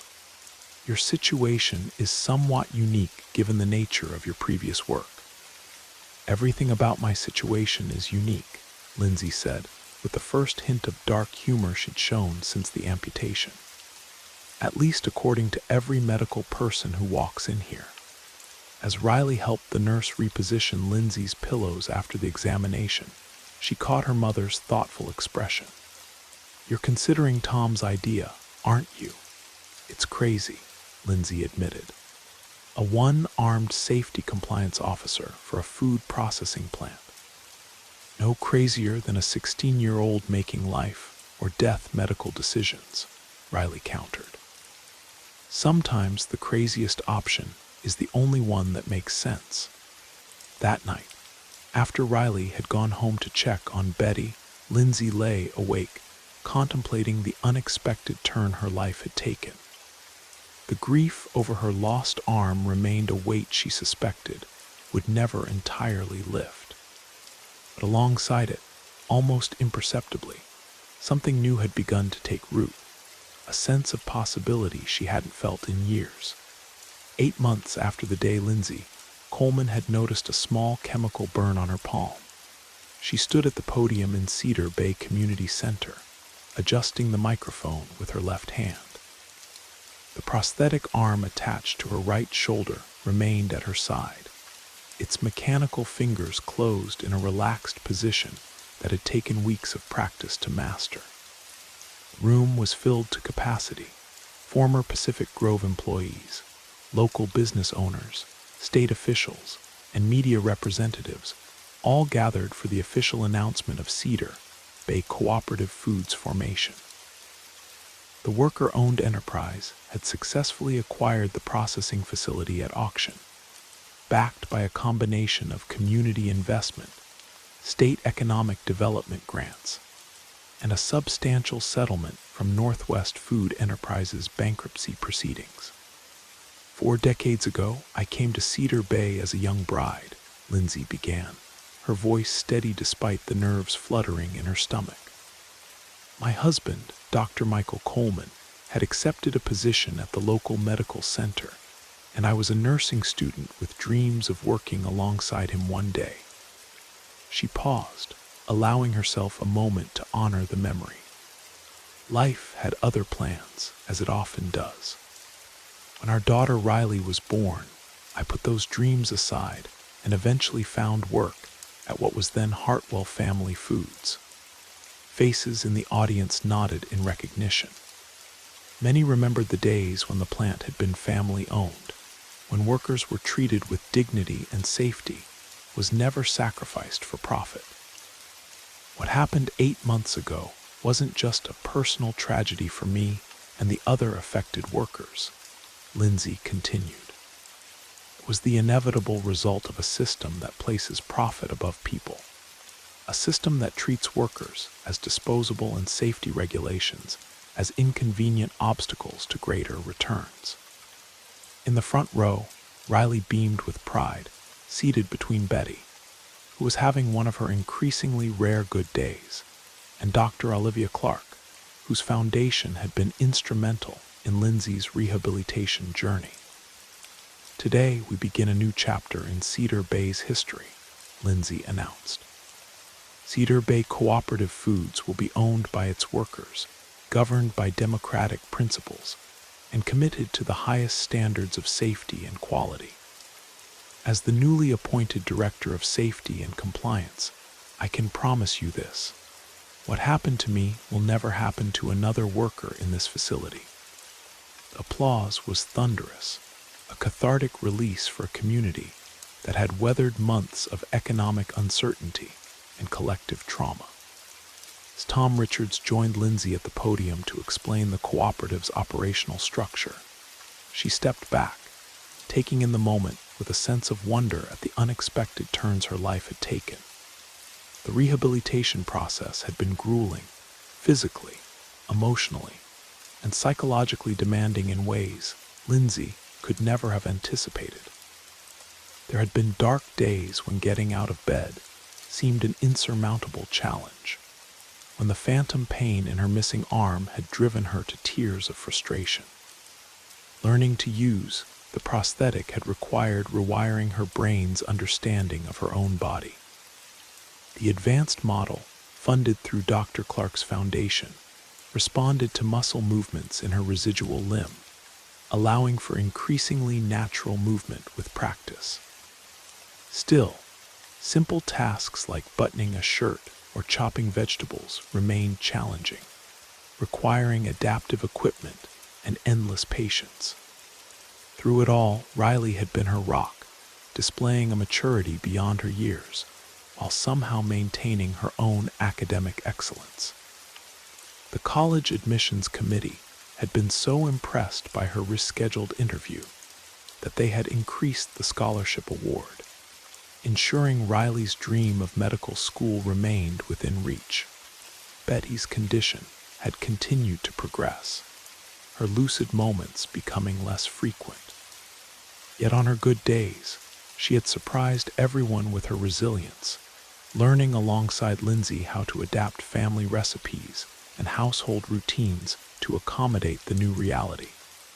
After the ceremony, as attendees mingled over refreshments, Dr. Clark approached Lindsay with a warm smile. "Michael would be so proud of you," she said simply. "This is exactly the kind of community health advocacy he believed in." I think he'd be prouder of Riley, Lindsay replied, watching her daughter engaged in animated conversation with James Harrison from the Attorney General's office. She's the one who held everything together when I couldn't. She gets that from her mother, Dr. Clark observed, more than you realize. The criminal cases against Rebecca Stone and other Northwest food executives were still moving through the legal system, with trials scheduled for the coming months. Lindsay would testify, as would Tom and several other affected workers. The prospect still filled her with anxiety, but no longer with dread. Her story, their collective story, needed to be told. As the event wound down, Lindsay found herself standing near the large windows overlooking the valley. The farming trucks were returning with the day's harvest, a sight that had once represented simply her livelihood, but now carried deeper significance. The interconnectedness of their agricultural community, the delicate balance between processing nature's bounty and respecting its power. Riley joined her at the window, slipping an arm around her mother's waist. "So, Director Coleman, how does it feel?" "Surreal," Lindsay admitted. 8 months ago, I was lying in a hospital bed wondering if I'd ever be able to take care of myself again, let alone contribute something meaningful. And now you're helping rebuild the entire community, Riley said proudly. With a lot of help, Lindsay amended, glancing around at the friends and supporters who had made this day possible. I've learned that asking for help isn't weakness. Sometimes it's the strongest thing you can do. As they prepared to leave, Betty approached with her nurse, Patricia. The elderly woman's eyes were unusually clear today, focused on her daughter-in-law with recognition. "Michael always said you were the strongest person he knew," she said, one of those startlingly lucid statements that occasionally emerged from her clouded mind. He was right. Lindsay blinked back tears, embracing Betty gently. The 4 women, grandmother, mother, daughter, and friend, made their way out of the community center into the late afternoon sunlight. The path forward would never be easy, but it was theirs to walk together, one step at a time. Behind them, the newly unveiled sign for Cedar Bay Cooperative Foods gleamed in the golden light, its slogan a simple promise to the community. Safety first, people always. In Lindsay Coleman's journey, I see a reflection of our own generation's struggles and resilience. Like many of us who have weathered life's unexpected storms, Lindsay faced a devastating loss that threatened everything she'd built. At 45, she was much like us, working tirelessly to provide, putting family first, postponing dreams while quietly carrying the weight of others' needs. When tragedy struck through corporate negligence, it wasn't just her arm she lost, but her identity and independence, fears that resonate deeply with anyone our age. Yet Lindsay's story reminds us that our greatest setbacks can reveal unexpected purpose. Through community support and her daughter's unwavering love, she transformed personal tragedy into communal healing. Remember how our parents' generation rebuilt after hardship, finding strength in collective action. Lindsay honors that legacy by creating something better for those who follow. Her story speaks to our deepest concerns: health vulnerability, financial insecurity, caring for aging parents while supporting children's futures. But it also affirms what we've learned through decades of living. That resilience isn't about facing adversity alone, but about having the courage to rebuild together, turning personal pain into collective purpose.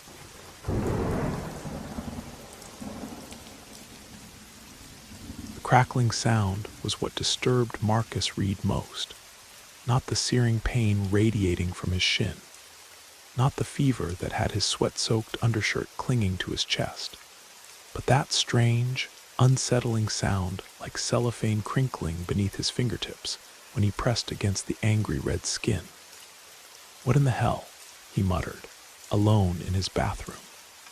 The fall during the senior league basketball game 3 days ago seemed minor then. Just another collision under the boards, another price paid for staying competitive at 64. But now, as he rolled up his sweatpants in the harsh fluorescent light, the skin around his shin wasn't just swollen. It was distended shiny, with patches that yielded beneath his touch with a sickening crackling noise. The smell hit him next, subtle at first, then unmistakable, like sulfur.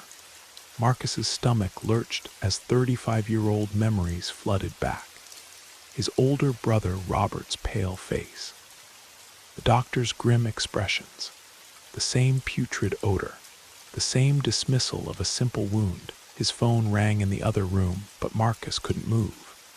Something was bubbling beneath his skin, something alive and hungry. And for the first time in decades, Marcus Reed was truly afraid. Leave a like and share your thoughts in the comments, along with the city you're watching from. Now let's continue with the story. Marcus Reed had been Ridgewood High's head basketball coach for 28 years, before retirement forced his hand. The transition hadn't been by choice. The school board had gently pushed him out, citing new direction and fresh perspectives. Corporate speak that meant he was too old, too set in his ways. At 64, Marcus was still built like the power forward he'd been in his youth, though the black hair had long since turned silver, and the once flat stomach now curved slightly over his belt. Ridgewood was the kind of small Montana town where winter basketball was sacred, and Coach Reed was something of a local legend. He'd led the Ridgewood Ravens to state championships 4 times, but more importantly, he'd shaped 3 generations of young men and women. Character before championships, he'd bark at them, though he certainly enjoyed the latter. Retirement had hit Marcus like a blindside scream. Then Margaret's cancer diagnosis came just 6 months later. A woman who'd been by his side for 41 years, gone in less than 8 months. The empty house on Pine Street echoed with her absence. Photo frames that once brought comfort now twisted like daggers in his heart. His children had their own lives now. Tyler, his son, had broken family tradition by choosing medicine over basketball, a decision that had created a rift between them that 12 years hadn't fully healed. His physician assistant son constantly badgered him about his health, his diet, his blood pressure, as if Marcus hadn't spent his life keeping his body in fighting shape. Emma, his daughter, had moved to Portland for some fancy marketing job. She called weekly, but the distance felt greater than just miles. The senior basketball league had become Marcus's lifeline. Every Tuesday and Thursday, men with graying hair and creaking joints gathered at the community center to relive their glory days. For 2 hours, Marcus wasn't a widower or a forgotten coach. He was just number 12, point guard, team captain. Old age ain't for sissies, Marcus often quoted Bette Davis to his teammates. What he didn't tell them was how he'd sometimes sit in Margaret's rocking chair at night, talking to her empty seat, asking what the point of it all was now. Or how he'd ignored Tyler's warnings about playing rough sports at his age. Or how the Army medic training he'd received in Vietnam had convinced him he could handle any injury without those money-grubbing doctors getting involved. For Marcus Reed, admitting weakness was worse than any physical pain. A philosophy that was about to be severely tested. The Ridgewood Senior Warriors versus the Billings Old Guard. A rivalry that had grown fiercer as the participants had grown older.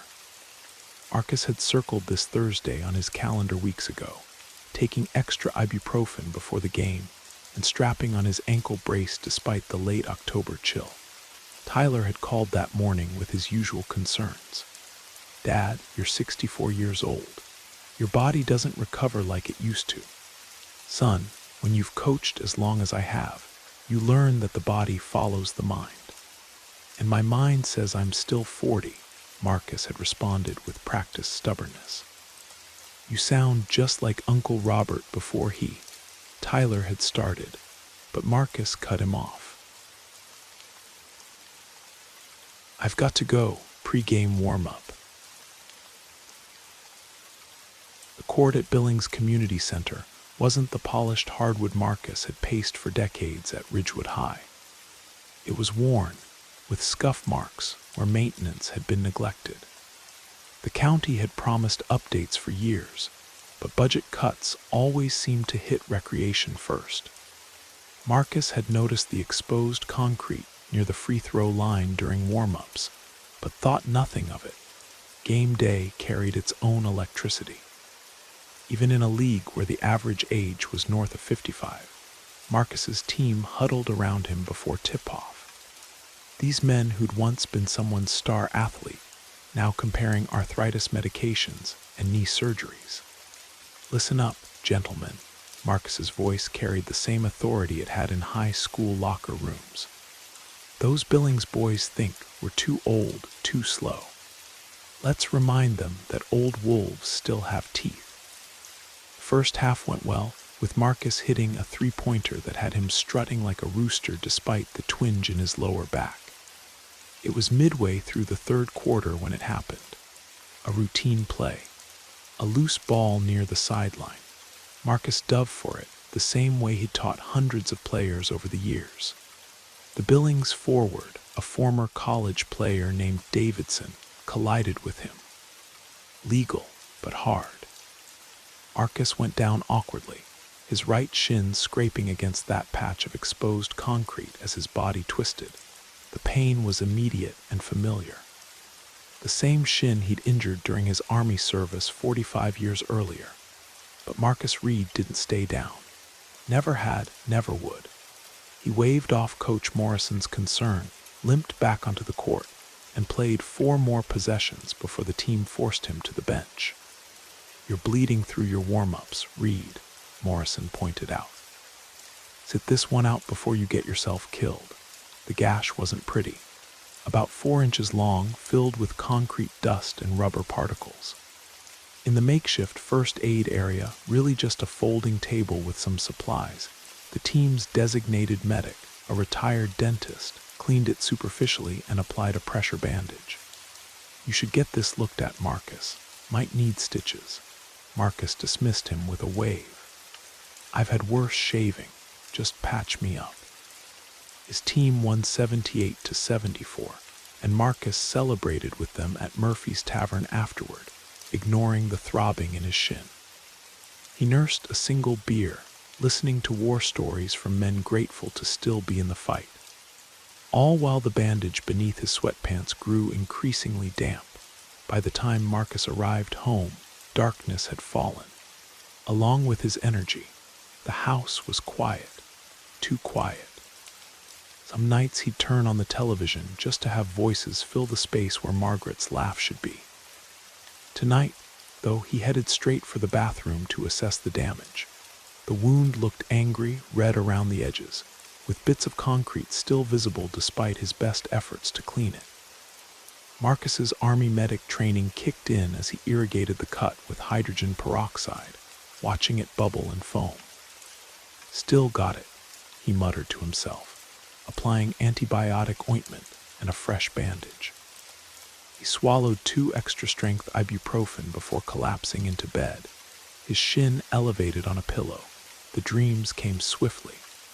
Distorted images of Margaret in her hospital bed, reaching for him with skeletal fingers. "It's in the ground, Marcus," she warned, her voice hollow. "It's always been in the ground, waiting." He woke at 4 in the morning, sheets soaked with sweat, his shin pulsing with heat. Morning brought no relief. Marcus's thermometer read 100.6. Not alarming, but not normal either. His shin had swollen to twice its size, the skin tight and shiny. When he removed the bandage, the wound's edges were no longer distinct, but seemed to be melting into the surrounding inflammation. Yellow-green discharge seeped from the corners. "Just needs to drain," Marcus told himself. Remembering field treatments from decades ago, he sterilized a needle, pierced the edge of the wound, and was rewarded with a foul-smelling liquid. The relief was momentary. By noon, his temperature had climbed to 102, and the redness had spread halfway up his calf. His phone rang. Tyler's daily check-in. How'd the game go, Dad? His son's voice carried genuine interest despite their ongoing disagreement about Marcus's recreational choices. We showed those Billings boys what Ridgewood's made of, Marcus replied, forcing cheer into his voice while shifting to ease the pressure on his shin. No injuries this time, Tyler asked, the physician in him never far from the surface. Marcus hesitated only a moment. Nothing worth mentioning.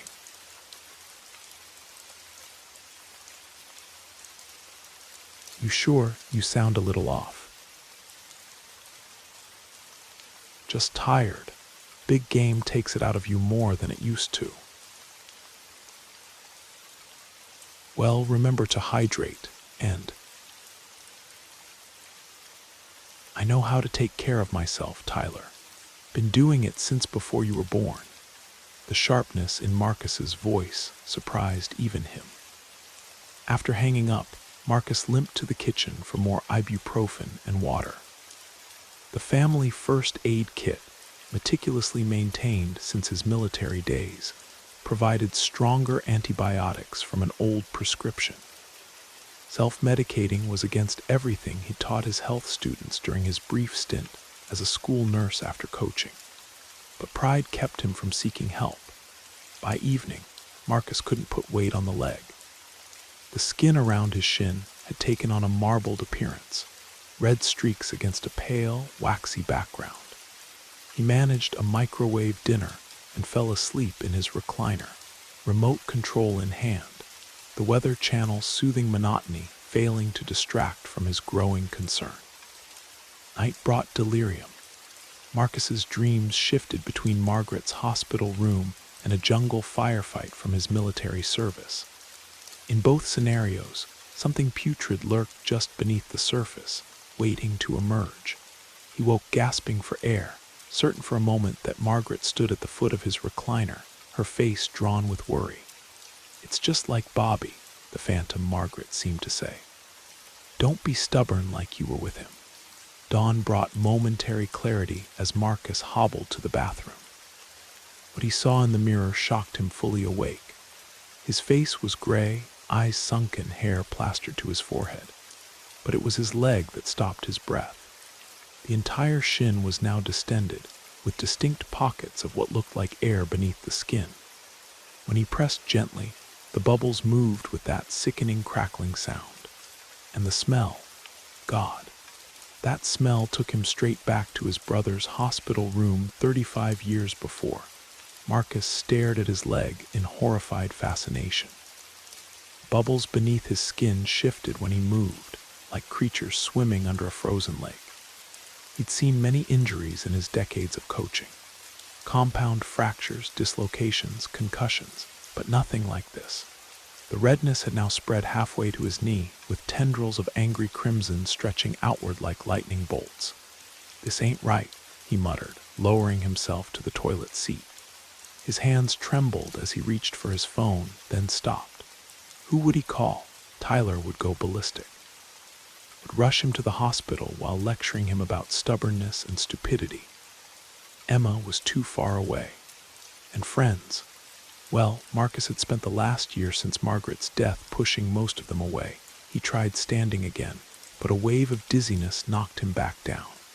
The thermometer now read 103.4. Even Marcus, with all his stubborn pride, recognized that threshold as dangerous. Still, he convinced himself he just needed to get the fever down. He ran a lukewarm bath, eased himself in with gritted teeth, and tried to remember what he knew about infections. 35 years earlier, his older brother Robert had caught a similar infection after a hunting accident. A simple puncture wound from a barbed wire fence, ignored for days.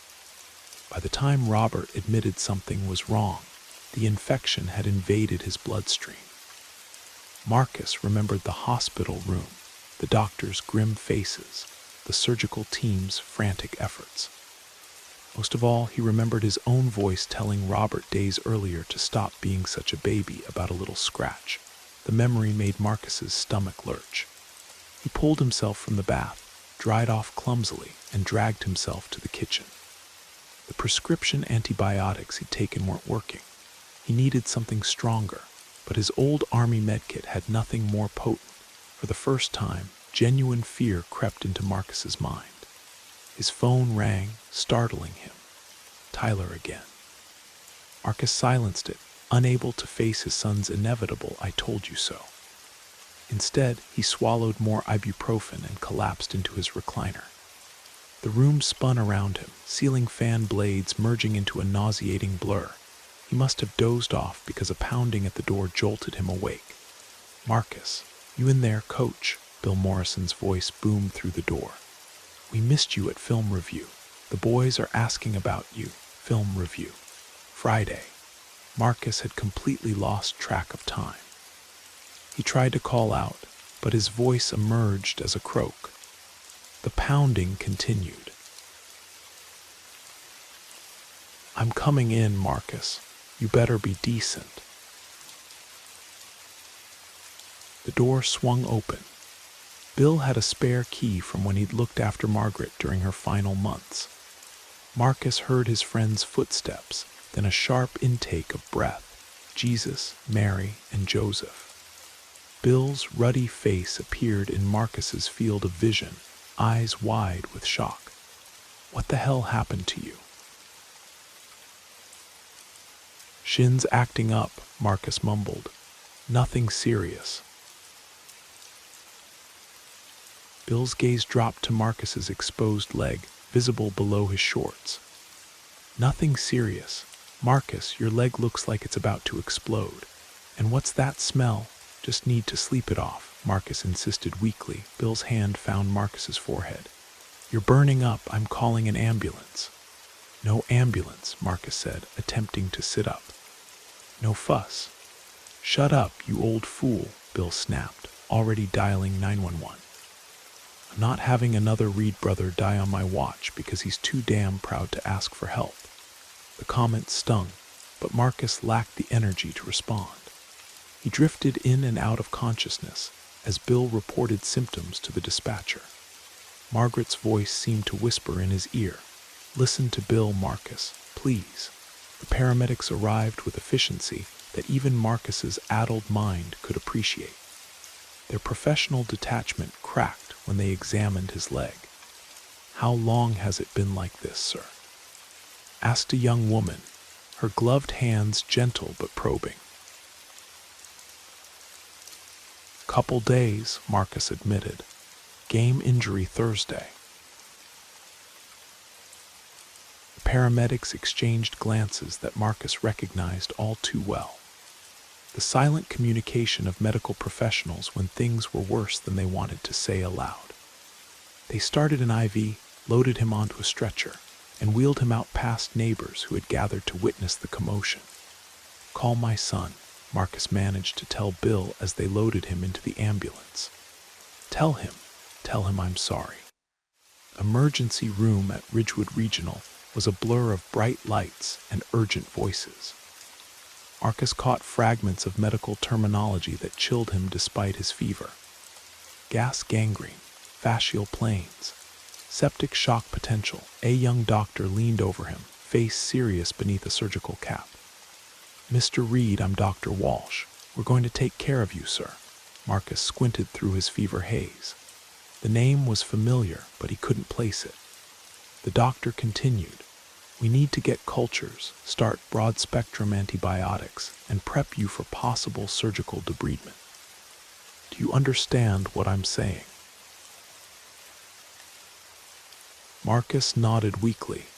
"Bad infection, needs cutting out." Dr. Walsh's eyes softened slightly. "That's right. We're concerned about gas gangrene, Clostridium perfringens. It's a bacteria that lives in soil and produces gas in tissues. That's what's causing the bubbling under your skin." An image of Robert's hospital bed flashed through Marcus's mind. "My brother had that 35 years ago." The doctor paused. "And what happened to your brother, Mr. Reed?" Marcus turned his face away. He died. Commotion at the ER entrance drew their attention. Tyler burst through the doors, still wearing scrubs from his shift at the clinic across town. His face was pale with worry. "Dad," he called, rushing to the gurney. "What happened?" "Bill said something about your leg." Marcus had never seen his son look so frightened. It triggered a memory. Tyler, at 10 years old, waiting in the same emergency room after Marcus had collapsed during a championship game. Dehydration. Nothing serious. The terror in the boy's eyes had been real enough. "Just a scratch that got infected," Marcus said, trying to sound casual despite the IV lines and monitoring equipment. "These folks are making a mountain out of a molehill." Tyler's professional training took over as he examined the leg. Marcus saw his son's expression shift from concern to horror. "Gas gangrene. Jesus, Dad. How long has it been like this?" Without waiting for an answer, Tyler turned to Dr. Walsh. "What's the treatment plan?" Dr. Walsh outlined the approach. Aggressive surgical debridement, hyperbaric oxygen therapy, intravenous penicillin, and clindamycin. The words washed over Marcus as he watched his son transform from worried family member to medical professional in real time. "We'll need consent for emergency surgery," Dr. Walsh concluded. "The infection is spreading rapidly." Tyler looked at his father, years of tension hanging between them. "Dad, this is serious, really serious. You could lose your leg. Or worse." Marcus had always prided himself on never showing weakness, especially in front of his children. But now, with mortality staring him in the face, that pride seemed hollow. "I know, son. I should have called sooner." "Why didn't you?" The question held decades of frustration. "Because," Marcus struggled to find words that wouldn't sound pathetic, "because I've spent my whole life being the one people lean on. Your mother, my players, you kids. I don't know how to be the one who needs help." Tyler's expression softened slightly. "Well, you need help now, and I'm here." As nurses prepared Marcus for surgery, memories of Robert's final days surfaced with painful clarity. How he'd urged his brother to tough it out when the first signs of infection appeared. How he dismissed the doctor's initial concerns as overreaction. How he'd promised his dying brother that he'd never make the same mistake again. A promise he'd just broken spectacularly. "Mr. Reed," Dr. Walsh returned with forms for him to sign. "Before we proceed, I wanted to tell you something personal. You probably don't remember me, but I played for you. Kevin Walsh, class of 2003. Backup point guard." Recognition dawned on Marcus. "Walsh, skinny kid, good court vision, but no confidence." The doctor smiled. "That's me. You kept me on the team when other coaches would have cut me. You told me I had potential beyond basketball, pushed me towards science club even though it wasn't cool. I became a doctor because of you, coach." The revelation hit Marcus harder than any scream. All these years bemoaning his lost legacy. Here was living proof that his influence extended beyond the court. "Well," Marcus said, voice husky with emotion and fever, "guess I did something right then." As they wheeled him toward surgery, Marcus felt a strange peace despite the gravity of his situation. He'd spent a lifetime pushing people to their limits. His players, his children, himself. Perhaps it was time to acknowledge his own limitations. "Tyler," he called as the gurney moved down the corridor. His son hurried alongside him. "Call your sister. Tell her it's time to come home." The surgical prep room buzzed with controlled urgency. Nurses moved with practiced efficiency, attaching monitors, adjusting IV lines, and preparing Marcus's leg for the procedure. Dr. Walsh had stepped out to assemble his surgical team, leaving Marcus alone with his thoughts and a young nurse who was shaving the hair around his shin. "You're Coach Reed, aren't you?" she asked, her hands steady despite the grotesque appearance of his leg. "My brother played for you back in '06. Danny Martinez." Marcus squinted, searching through the mental Rolodex of hundreds of players he'd coached. Power forward, good kid, terrible at running plays. The nurse, Carol, according to her badge, laughed. That's him. He still talks about how you made him run suicides every time he forgot the playbook. Says it's why he can manage a restaurant now. Attention to detail. These small connections kept happening, Marcus realized.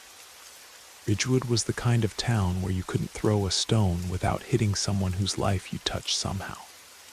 The thought was both comforting and terrifying. All these people who remembered him, who would know if he didn't make it through this, Dr. Walsh returned, now in full surgical scrubs. We've got the hyperbaric chamber prepped and waiting. It'll be a 2-stage approach. Surgical debridement first, then straight to hyperbaric oxygen therapy. The combination gives us the best chance at stopping this infection. What exactly are my chances, Doc? Marcus asked, surprising himself with the directness of the question. And don't sugarcoat it because I yelled at you during wind sprints 20 years ago. Dr. Walsh met his gaze.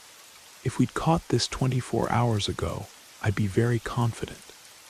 Now, the infection has spread significantly. There's risk of septic shock, tissue necrosis extending beyond what we can see, and potential systemic complications. I put your chances of keeping the leg at about 50-50. Your overall prognosis depends on how your system responds to treatment. Marcus nodded, absorbing the gravity of his situation. And if you'd caught it even later, we might be having a very different conversation about amputation. Or worse, Dr. Walsh replied. Mr. Reed, Coach, I need to ask. Why did you wait so long? This didn't happen overnight. The question hung in the air as a technician administered the first dose of pre-surgical medication. Marcus felt the cool rush through his veins before answering. Have you ever lost someone, Doc? Someone who was part of you? Dr. Walsh nodded. My mother, 3 years ago. Then you know there's a hole that never fills, Marcus continued, the medication making his tongue feel thick. After Margaret died, I just couldn't bear anyone else seeing me weak. Couldn't stand another loss, so I just pretended everything was fine. Been doing it so long, I started believing it myself. The anesthesiologist approached, ending their conversation. Time to take a little nap, Mr. Reed. As consciousness began to slip away, Marcus thought he glimpsed Margaret standing in the corner of the room, her face both sad and loving. Don't you dare join me yet, Marcus Reed, he imagined her saying. Our kids still need you. In the surgical waiting room, Tyler paced while holding his phone to his ear. Emma, I'm telling you it's bad, really bad. You need to get on a plane. His sister's voice came through, tiny and distant. Is he dying? Just tell me straight, Ty. I don't know, Tyler admitted, the professional detachment he maintained with patience impossible to summon for his own father. The infection is aggressive. It's Clostridium perfringens, gas gangrene, the same thing that killed Uncle Robert. The silence on the other end spoke volumes. Finally, Emma responded, I'll book the first flight out. Is he conscious? Can I talk to him? He's in surgery now, should be a few hours. Tyler collapsed into a chair, suddenly exhausted. Emma, I should have checked on him sooner. I knew he was at that stupid basketball game. I knew he'd never admit if something was wrong. This isn't your fault, Emma replied firmly. Dad's been stubborn since the day he was born.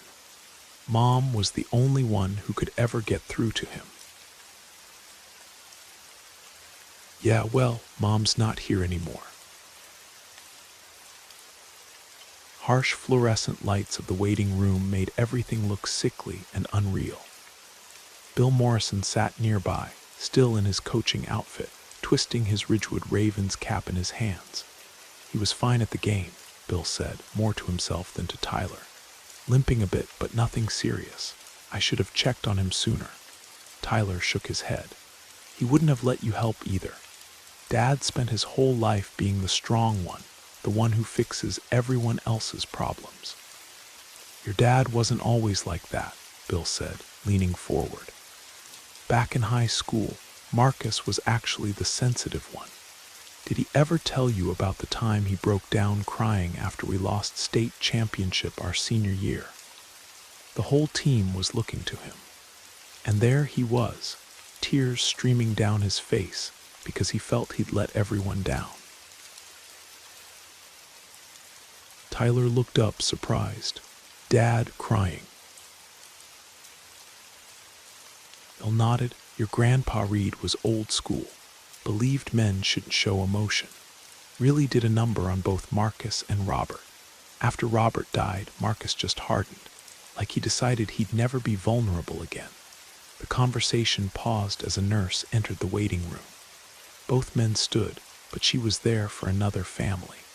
A birth announcement that sent a ripple of joy through the otherwise tense atmosphere. Life and death all under one roof, Bill observed. Your dad used to say that basketball was a metaphor for life. Now I'm thinking hospitals have it beat.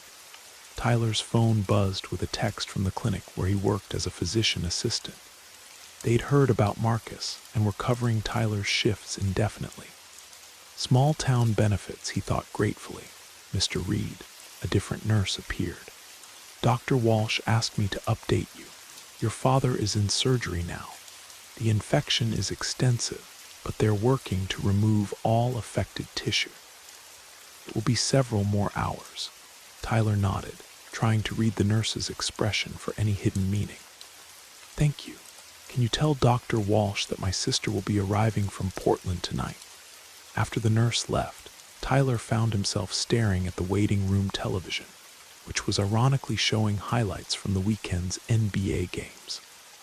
Players crashing into each other, celebrating shots, living in that moment of physical glory that his father had chased his entire life. He pushed me away from basketball, Tyler said suddenly. Everyone assumed I rejected his legacy, but it was the opposite. He actively discouraged me from playing after freshman year. Bill looked surprised. Marcus never mentioned that. He always just said you found your own path. I wanted to play, wanted to be just like him, Tyler continued. But after that concussion I got in JV, he sat me down and said, "Son, you've got brains. Don't scramble them for a game." I was so angry at him. Thought he was ashamed of me. Marcus Reed was never ashamed of you, Bill said firmly. Scared for you maybe, but that man kept a scrapbook of every academic achievement you ever had. Brought it to poker nights to show off. This revelation hit Tyler like a physical blow. His father, stoic, critical, demanding Marcus Reed, secretly bragging about his academic achievements. It didn't fit the narrative he'd constructed over years of perceived disappointment. Hours crept by. Other families in the waiting room came and went, their own dramas playing out in whispered conversations and occasional tears. Tyler called Emma 3 times with non-updates. Bill left briefly to change clothes and returned with sandwiches that neither of them could stomach. At hour 6, Dr. Walsh appeared, still in surgical scrubs, his mask hanging around his neck. Tyler jumped to his feet. "We've completed the debridement," Dr. Walsh began, his voice clinical but kind. The infection had spread further than the imaging suggested, involving multiple fascial planes. We removed all visibly affected tissue and irrigated extensively with antibiotic solution. And, Tyler prompted, medical training warring with filial concern. He's stable but critical. We're transferring him directly to the hyperbaric chamber. The next 24 hours will be crucial. Dr. Walsh hesitated before adding, "There was a moment during surgery when his blood pressure dropped dangerously low. Your father is fighting hard, but his system has taken a significant hit." Tyler nodded, translating the medical speak. His father had nearly died on the table. "When can I see him?" "He'll be in the hyperbaric chamber for about 90 minutes. After that, we'll move him to ICU.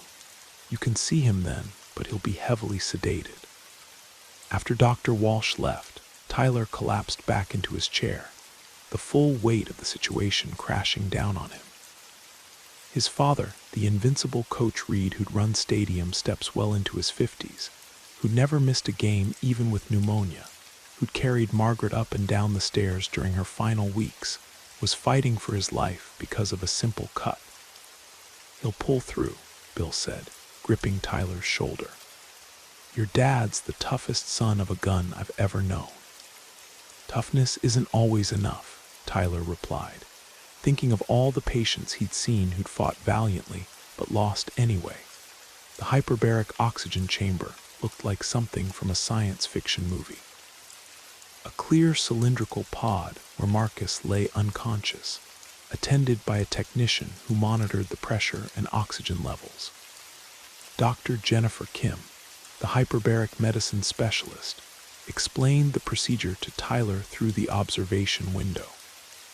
"We're delivering pure oxygen at increased atmospheric pressure," she said.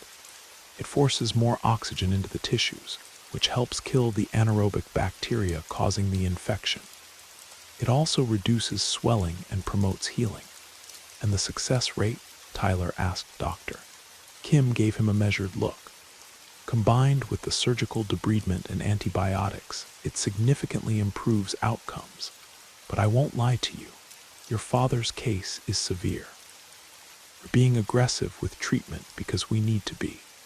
Through the chamber's clear walls, Marcus looked smaller somehow, vulnerable in a way Tyler had never seen him. Tubes and wires connected him to various machines, and the massive dressing on his leg was already showing spots of drainage seeping through. "My dad's whole identity is wrapped up in being physically capable," Tyler said quietly. "If he loses that leg, let's not get ahead of ourselves," Dr. Kim cautioned. "One step at a time." Emma arrived during Marcus's second hyperbaric treatment, rushing into the ICU waiting area with the harried look of someone who just traveled across the country in a panic. Her red-rimmed eyes suggested she'd been crying on the plane. "How is he?" she demanded, hugging Tyler fiercely. "Holding his own," Tyler replied, the phrase feeling woefully inadequate. "The infection was worse than they initially thought. They're doing everything they can." Emma pulled back, studying her brother's face. "And how are you?" The simple question, asked with such genuine concern, nearly broke Tyler's composure.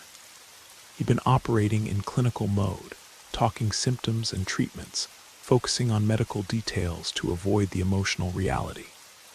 "I'm scared, Em," he admitted, voice cracking. "I keep thinking about all the things I never said to him. All the times I avoided calling because I didn't want another lecture about how I should be a real doctor instead of a PA. He was proud of you, you know," Emma said, leading him to a quiet corner. "He told me that last Christmas when you couldn't make it home because of your shift. Said you had better diagnostic instincts than half the MDs he'd met." Tyler shook his head in disbelief. "Why couldn't he ever say that to my face?" "Because he's Dad," Emma replied simply. "The man communicates in grunts and sports metaphors." Their conversation was interrupted by a nurse informing them that Marcus was being moved back to ICU. They could see him, but only briefly, and he wouldn't be conscious. The ICU room was a symphony of beeping monitors and mechanical hums. Marcus lay still, intubated and sedated. His normally ruddy complexion was now ashen beneath the harsh lighting. His right leg, elevated on pillows, was wrapped in bulky dressings with drains protruding at various points. Emma gasped softly at the sight of their father. The man who'd seemed larger than life throughout their childhood, reduced to this state of dependency. She approached cautiously, as if afraid to disturb the medical equipment, and gently took his hand. "Hey, Dad," she whispered. "I came all the way from Portland, so you better wake up soon and give me a hard time about my fancy city job." Tyler stood at the foot of the bed, his clinical eye noting the numerous IV bags, the ventilator settings, the cardiac monitor readings. The medical part of his brain calculated probabilities and complications, while the son in him raged against the frailty of the father he'd always seen as indestructible doctor. Walsh joined them, reviewing Marcus's chart with the attending ICU physician. "We've started him on triple antibiotic therapy: penicillin, clindamycin, and metronidazole. The cultures confirmed Clostridium perfringens as the primary pathogen, but there's also Staphylococcus aureus as a secondary infection." "Prognosis?" Tyler asked bluntly, "Doctor." Walsh met his gaze directly. "Critical but stable. The next 48 hours will tell us a lot. We're scheduling another debridement tomorrow to check for any remaining infected tissue, and he'll continue hyperbaric treatments twice daily." Emma, less familiar with medical terminology, looked between them anxiously. "In plain English, please." "Your father is very sick," Dr. Walsh said gently. "The infection spread quickly and caused significant damage. We're fighting it aggressively, but his body has a tough battle ahead." After Dr. Walsh left, Emma and Tyler settled into the uncomfortable ICU chairs. Outside the window, darkness had fallen on Ridgewood, lights twinkling in the distance where life continued normally for everyone else. "Remember how Dad used to sit with us when we were sick?" Emma asked suddenly. "He was terrible at it. Didn't know what to say or do, but he'd just be there all night sometimes." Tyler nodded, the memory vivid. "He'd bring his playbook and sit in that awful wooden chair from the dining room. Said comfortable chairs put him to sleep, and he needed to stay alert in case we needed something. Mom would find him there in the morning, snoring with his head at this weird angle." Emma smiled faintly. "She'd say, 'Marcus Reed, you're the stubbornest man God ever put on this earth.'" As if on cue, one of Marcus's monitors beeped, bringing a nurse hurrying in to check readings and adjust settings. The siblings watched in tense silence until she nodded reassuringly and left. "I should have visited more," Emma said, guilt heavy in her voice. "After Mom died, it was too hard seeing him in that empty house, all those memories." "He understood," Tyler replied, though he wasn't entirely sure that was true. "Dad's not good with emotions. Never has been." "Maybe not," Emma conceded. "But he's good with actions. Remember after my dance recital bombed in 8th grade? He didn't say a word about it, just took me for ice cream, and then signed me up for those private lessons I'd been begging for." The conversation continued well into the night, the siblings trading memories and revelations about their father, a man they were only now realizing they hadn't fully understood.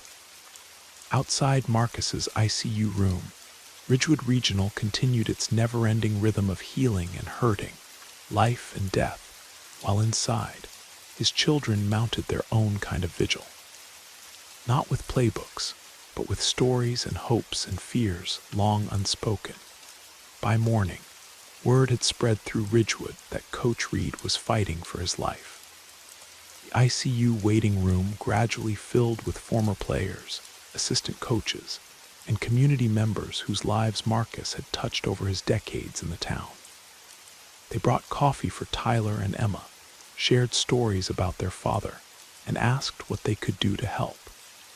"He made me run suicides in the snow for missing practice," said a burly man in his 30s who introduced himself as a former center. "Best thing anyone ever did for me. I was headed down a bad path, and Coach showed me actions have consequences. Now I tell my own kids the same thing." These testimonials both comforted and confused Marcus's children. The stern, emotionally distant father they knew seemed at odds with the dedicated mentor these people described. A man who apparently remembered birthdays, attended graduations, and wrote college recommendation letters for hundreds of former players. "Your dad keeps a file cabinet in his garage with a folder for every kid he ever coached," Bill Morrison told them during his morning visit. "Got news clippings, photos, letters. He adds to it whenever he hears updates about them. Been doing it for 28 years. Emma looked at Tyler in amazement. Did you know about this? No idea, Tyler replied. He never mentioned it.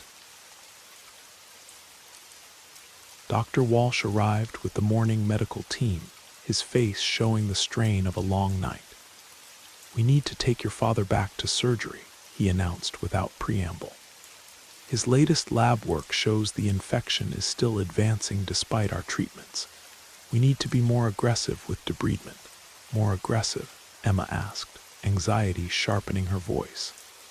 "What does that mean exactly?" Dr. Walsh hesitated, choosing his words carefully.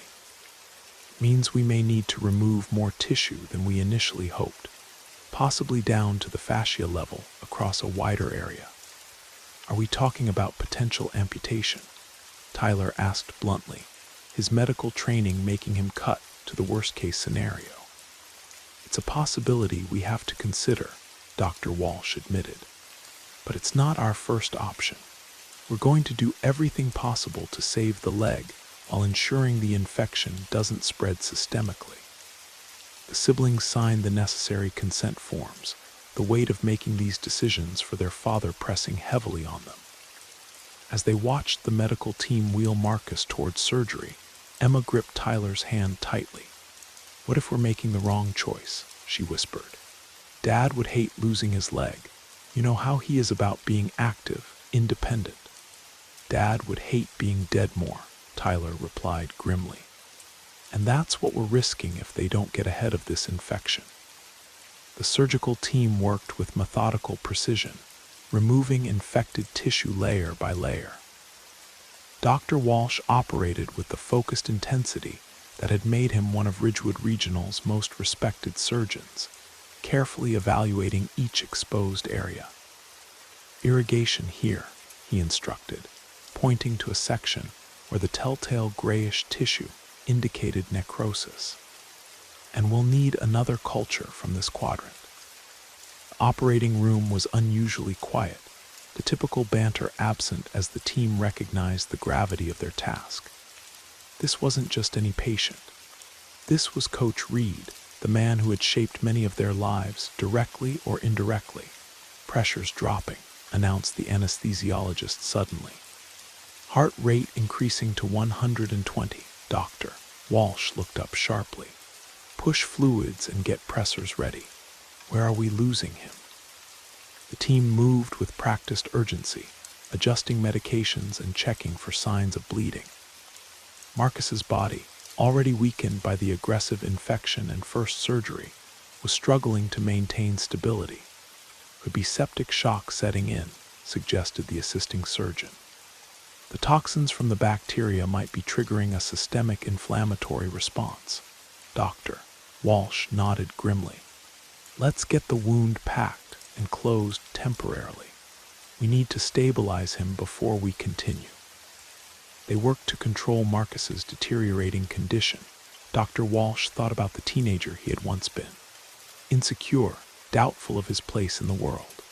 Coach Reed had seen something in him that no one else had, including himself.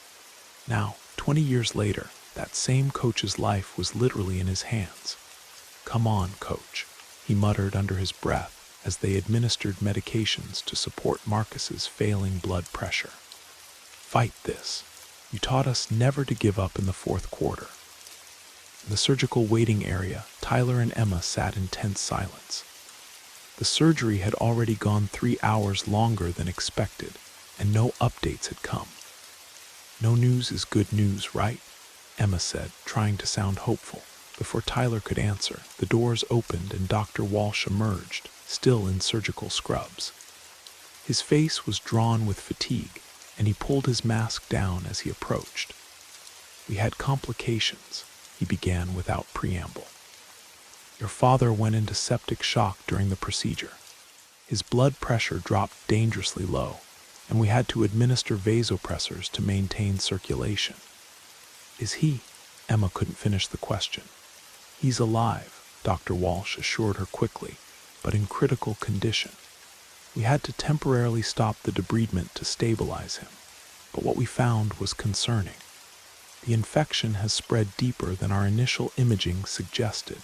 affecting the muscle tissue extensively. "What's the next step?" Tyler asked, automatically shifting into medical mode to process the information. "We've placed him on continuous renal replacement therapy to support his kidneys and help filter the bacterial toxins from his bloodstream. He'll remain sedated and intubated in ICU, and will continue aggressive antibiotic therapy and hyperbaric oxygen treatments.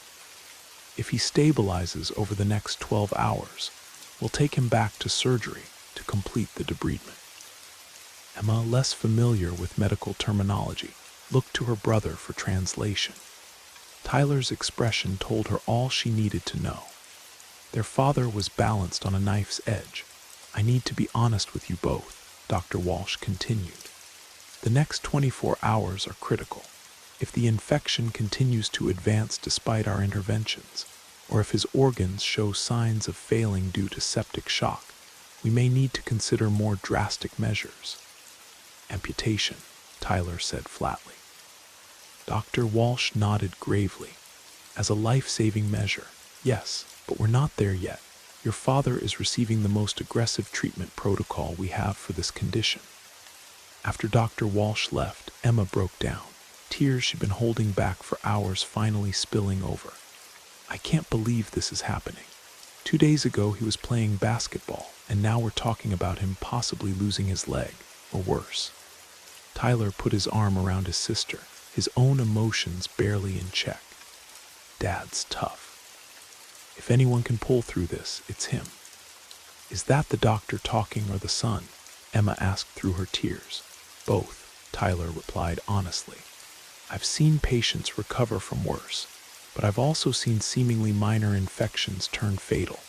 It all depends on how his body responds to treatment now." The ICU room hummed with machinery keeping Marcus alive. A ventilator breathed for him, pushing oxygen into lungs that struggled against the systemic inflammation ravaging his body. Dialysis equipment filtered his blood, removing toxins his kidneys could no longer process effectively. Multiple IV pumps delivered antibiotics, sedatives, and medications to maintain his blood pressure. Dr. Kim supervised his third hyperbaric treatment, the pressurized oxygen chamber, their best weapon against the anaerobic bacteria destroying Marcus's tissues. Through the clear walls of the chamber, Marcus looked impossibly vulnerable. This man who had seemed indestructible throughout his children's lives, now utterly dependent on medical technology to survive. "The hyperbaric therapy is showing some positive effects," Dr. Kim told Tyler and Emma afterward. "The tissue oxygen levels are improving in the areas surrounding the infection site. That's a good sign. Small victories," Tyler thought. In critical care medicine, you learn to celebrate even the tiniest improvements. By evening, a crowd had gathered in the hospital chapel. Ridgewood High basketball team, past and present players, sat in rows, many wearing team jerseys spanning 3 decades of the school's history. Bill Morrison led them in prayer, his usually booming coach's voice subdued with emotion.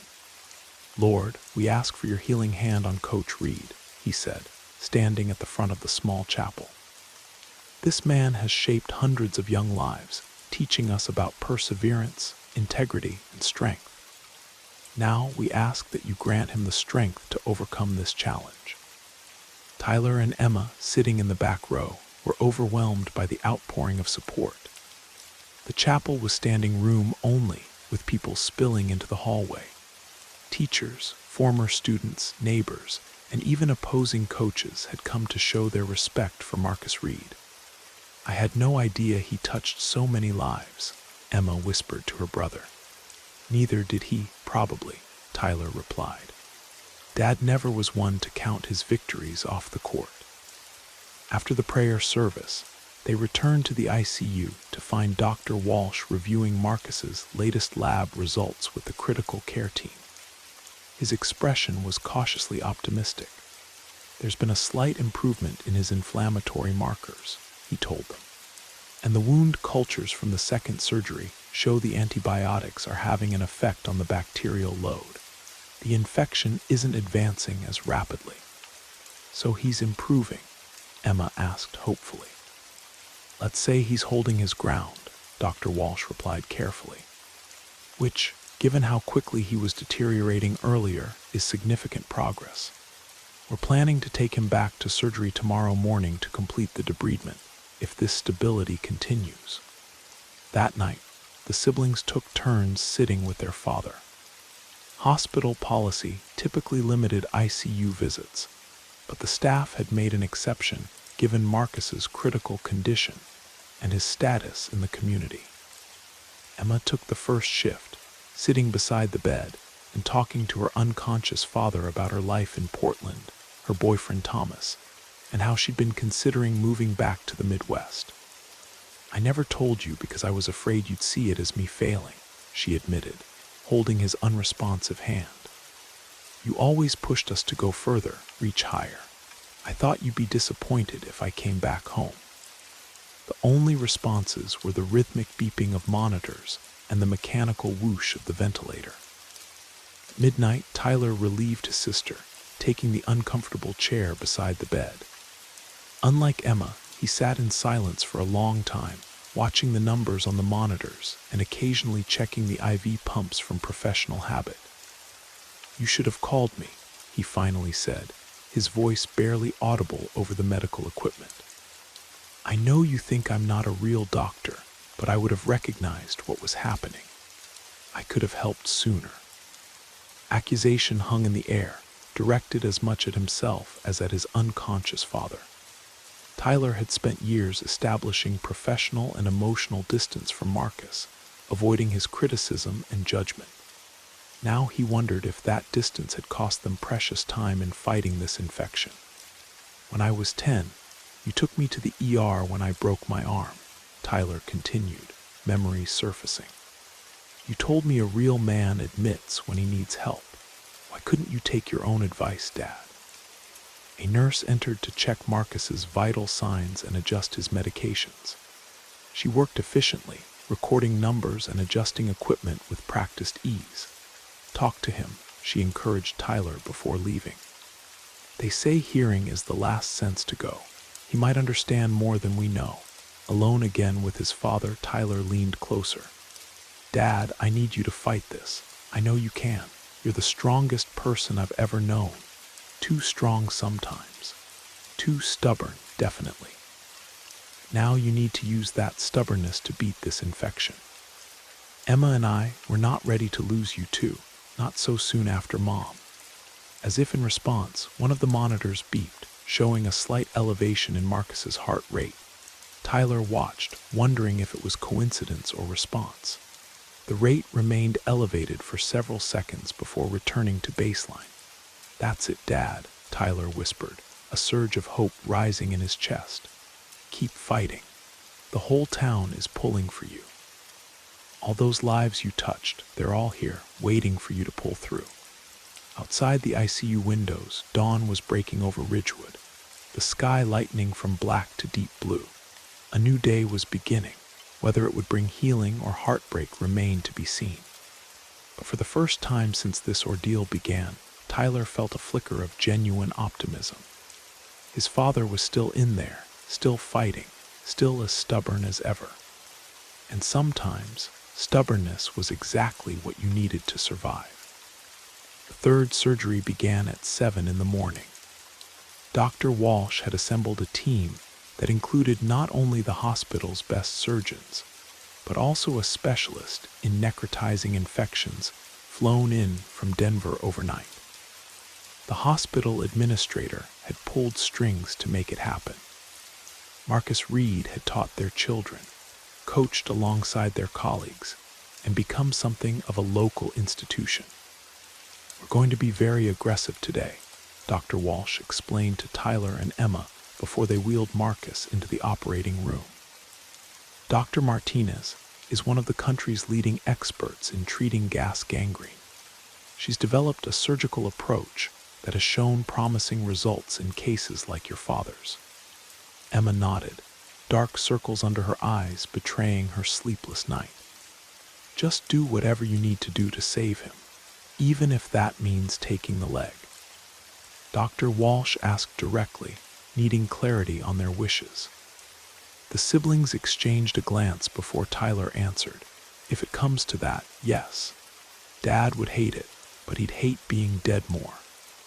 As the surgical team worked, the hospital cafeteria filled with people holding an impromptu vigil for Marcus. Bill Morrison had organized it, bringing together former players spanning 3 decades.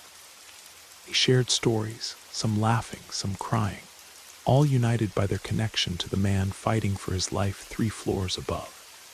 "Coach made me run suicides in the rain because I skipped study hall," recalled a man in his 40s, now a local business owner.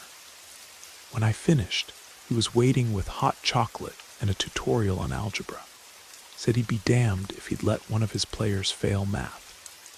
He visited me every day when I was in rehab," added another former player. 17 years old, messed up on painkillers after a car accident. "My own parents had given up on me, but Coach never missed a day. Brought me game tapes to analyze so I'd stay sharp." These stories continued as the hours ticked by, painting a portrait of a man more complex and compassionate than many had realized. A man who hid his tenderness behind gruffness, who showed his love through actions rather than words. In the operating room, the situation had become dire. Despite the hyperbaric treatments and aggressive antibiotics, the infection had continued its insidious spread through Marcus's tissues. Dr. Martinez methodically examined each muscle group, making difficult decisions about what could be saved and what had to be sacrificed. "The fascial planes here are compromised," she pointed out, indicating an area above Marcus's knee.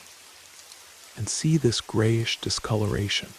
That's necrotic tissue extending proximally along the tibial tract." Dr. Walsh nodded grimly. "How high do we need to go, doctor?" Martinez's expression was solemn. "Given the spread pattern and the patient's continued systemic response, I'm concerned that a below-knee approach won't be sufficient." The words hung heavy in the operating room.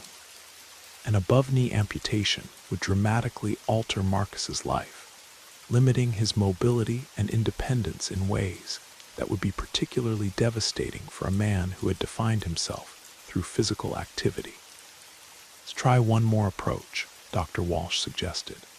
"More aggressive debridement combined with topical antibiotic irrigation and a second course of hyperbaric treatment. If we don't see significant improvement in the next 12 hours, then we reconsider amputation." Dr. Martinez considered this, studying the wound carefully. "It's a calculated risk, but given the patient's otherwise good physical condition and the improvement in his systemic markers, I agree it's worth attempting." They proceeded with the plan, removing every trace of visibly infected tissue and irrigating the wound with a specialized antibiotic solution. When they finished, Marcus's leg bore little resemblance to its former self. Much of the muscle and surrounding tissue had been removed, leaving a landscape of exposed tendons and bone fragments in some areas. "It's not pretty," Dr. Martinez acknowledged as they prepared to close. "But if we can stop the bacterial progression, the reconstructive options are better than what he'd face with amputation." As they finished the procedure, Marcus's vital signs suddenly destabilized. His blood pressure plummeted, and the anesthesiologist called out urgent readings. "He's crashing. Push one of Epi and get the crash cart ready." The surgical team moved with practiced urgency, administering medications and adjusting the ventilator settings. For 3 terrifying minutes, Marcus hovered between life and death, his heart rhythm erratic and his oxygen levels dangerously low.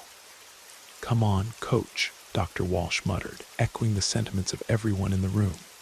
"Don't give up now. Fight." Gradually, the numbers on the monitors stabilized. Marcus's heart found its rhythm again, and his blood pressure rose to acceptable levels. The collective relief in the operating room was palpable. "He's not out of the woods," warned the anesthesiologist. That was likely a response to the cumulative stress on his system. We need to get him to ICU and continue aggressive support. In the surgical waiting room, Tyler and Emma sat side by side, neither speaking much. The surgery had already gone 3 hours longer than expected, and anxiety had given way to a numb, exhausted resignation. "No matter what happens," Emma said suddenly, breaking the silence, "I'm staying in Ridgewood for a while. Job can be done remotely, and the apartment lease in Portland is almost up anyway." Tyler looked at his sister, surprised. "You're moving back, maybe," she admitted. "I've been thinking about it for months, even before this happened. There's something about being away that makes you realize what you're missing." "Dad would like that," Tyler said softly, though he'd probably just grunt and say something about the Portland weather making you soft. Emma's laugh held a tinge of sadness. That's exactly what he'd say. "God, I miss his grumpy old man act, even when it drove me crazy." Their conversation was interrupted as Dr. Walsh appeared, still in surgical scrubs, his face etched with fatigue. The siblings stood simultaneously, bracing for news. "He made it through surgery," Dr. Walsh began, and both Tyler and Emma exhaled audibly. "But it was touch and go. We had a significant cardiac event toward the end of the procedure that likely indicates the toll this infection is taking on his system." "Did you have to?" Tyler couldn't finish the question. "No amputation at this time," Dr. Walsh replied. "Dr. Martinez, the specialist, felt we could try one more approach with extensive debridement and specialized antibiotic irrigation. But I need to be honest with you both. Your father's condition is extremely serious. The next 12 hours will determine whether we've successfully halted the infection or if more drastic measures will be necessary."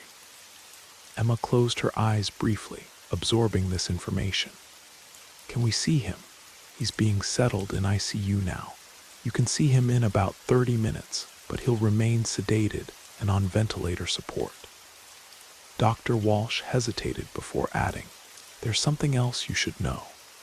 During the procedure, we discovered that the infection had caused some small bone fragments in his shin to become necrotic.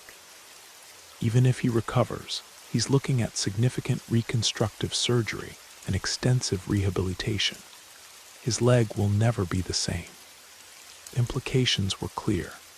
Marcus Reed, the man who had spent his life in motion, would face profound physical limitations going forward. His days of running basketball drills and climbing bleacher steps were over. "He'll adapt," Tyler said, with more confidence than he felt. "Dad's nothing if not adaptable." Dr. Walsh nodded, though his expression suggested he wasn't entirely convinced. "We're doing everything medically possible. The rest is up to his body's response and his will to fight." After Dr. Walsh left, Emma turned to her brother. "Do you think he can hear us when we talk to him in the ICU? Some studies suggest coma patients can recognize familiar voices," Tyler replied. "It can't hurt either way." "Then I want to tell him about Portland," Emma decided. "That I'm thinking of moving back. Maybe it'll give him something to hold on to. The idea of having both his kids nearby again." Tyler nodded, remembering the countless times their father had complained about his empty house, his empty schedule, the emptiness that had settled over his life since Margaret's death. Perhaps the prospect of a fuller future might provide the motivation Marcus needed to fight through this crisis. When they finally entered the ICU room, Marcus looked worse than before, if that was possible. His face had a grayish pallor, and the ventilator seemed to be working harder to move his chest. The wound on his leg, partially visible beneath transparent dressings, was shocking in its extent. Raw, angry tissue where familiar contours had been. Emma took one of his hands, careful not to disturb the IV lines. "Hey, Dad," she said, her voice stronger than she felt. "I've been thinking about moving back to Ridgewood. What do you think about that? You could teach me to make Mom's meatloaf recipe that I always mess up." Tyler stood at the foot of the bed, watching the monitors with the dual perspective of a medical professional and a son. The numbers told a story of a body under siege. Elevated white blood cell count, compromised kidney function, struggling oxygen levels. But they couldn't measure the intangible factors. Marcus Reed's legendary stubbornness, his lifetime of overcoming obstacles, the community rallying behind him. Outside in the hallway, a nurse approached with news that the waiting room was overflowing with visitors asking about Coach Reed. The hospital had set up a dedicated information desk just to handle the inquiries and well wishes pouring in. "Your father must be quite a man," she commented. "I've worked here 15 years and never seen anything like it." Emma smiled through her tears. "He is. Even when we wanted to strangle him for being so stubborn." "Well," the nurse said, checking Marcus's IV lines, "sometimes stubbornness is exactly what you need when fighting an infection like this. Let's hope he's being good and stubborn right now." Night fell over Ridgewood Regional Hospital, the corridors growing quieter as visitors departed, and the rhythms of medical care shifted to their nocturnal pattern. In Marcus's ICU room, the steady beeping of monitors and whooshing of the ventilator created a mechanical lullaby. Constant, insistent, sustaining life with technological precision. Emma had reluctantly left to shower and change at Marcus's house, taking the spare key that had hung untouched on a hook since Margaret's death. Tyler remained, having convinced the nursing staff that his medical background justified bending the visiting hours rules. He sat in the dimly lit room, reviewing his father's chart on the mounted tablet, trying to find hope in the numbers and notations. "Your white count is still elevated," he murmured, speaking to his unconscious father. "But the trend is downward. That's good, Dad. It means your body is fighting back." The door opened softly as Dr. Walsh entered, looking haggard after his third surgical procedure of the day. He changed from scrubs into regular clothes, suggesting he was finally heading home after nearly 24 hours at the hospital. "Thought I'd check in once more before leaving," he explained, moving to Marcus's bedside to examine the wound dressings. "The latest blood work is cautiously encouraging. The creatinine levels are still concerning," Tyler pointed out, indicating the kidney function markers on the tablet. Doctor Walsh nodded. "Yes, but that's not unexpected given the nephrotoxicity of the high-dose antibiotics. We're monitoring it closely." They spoke in the shorthand of medical professionals, a language that created distance from the emotional reality that this was not just any patient, but Tyler's father. It was a defense mechanism Tyler had employed countless times with his own patients' families. Clinical terminology as emotional armor. "You know," Dr. Walsh said, his tone shifting as he completed his examination, "your father changed my life. I was a sophomore when he caught me smoking behind the gym. Instead of reporting me, he made me his personal assistant, carrying equipment, setting up drills, staying late to organize the supply closet. Said if I had enough energy to get in trouble, I had enough energy to be useful."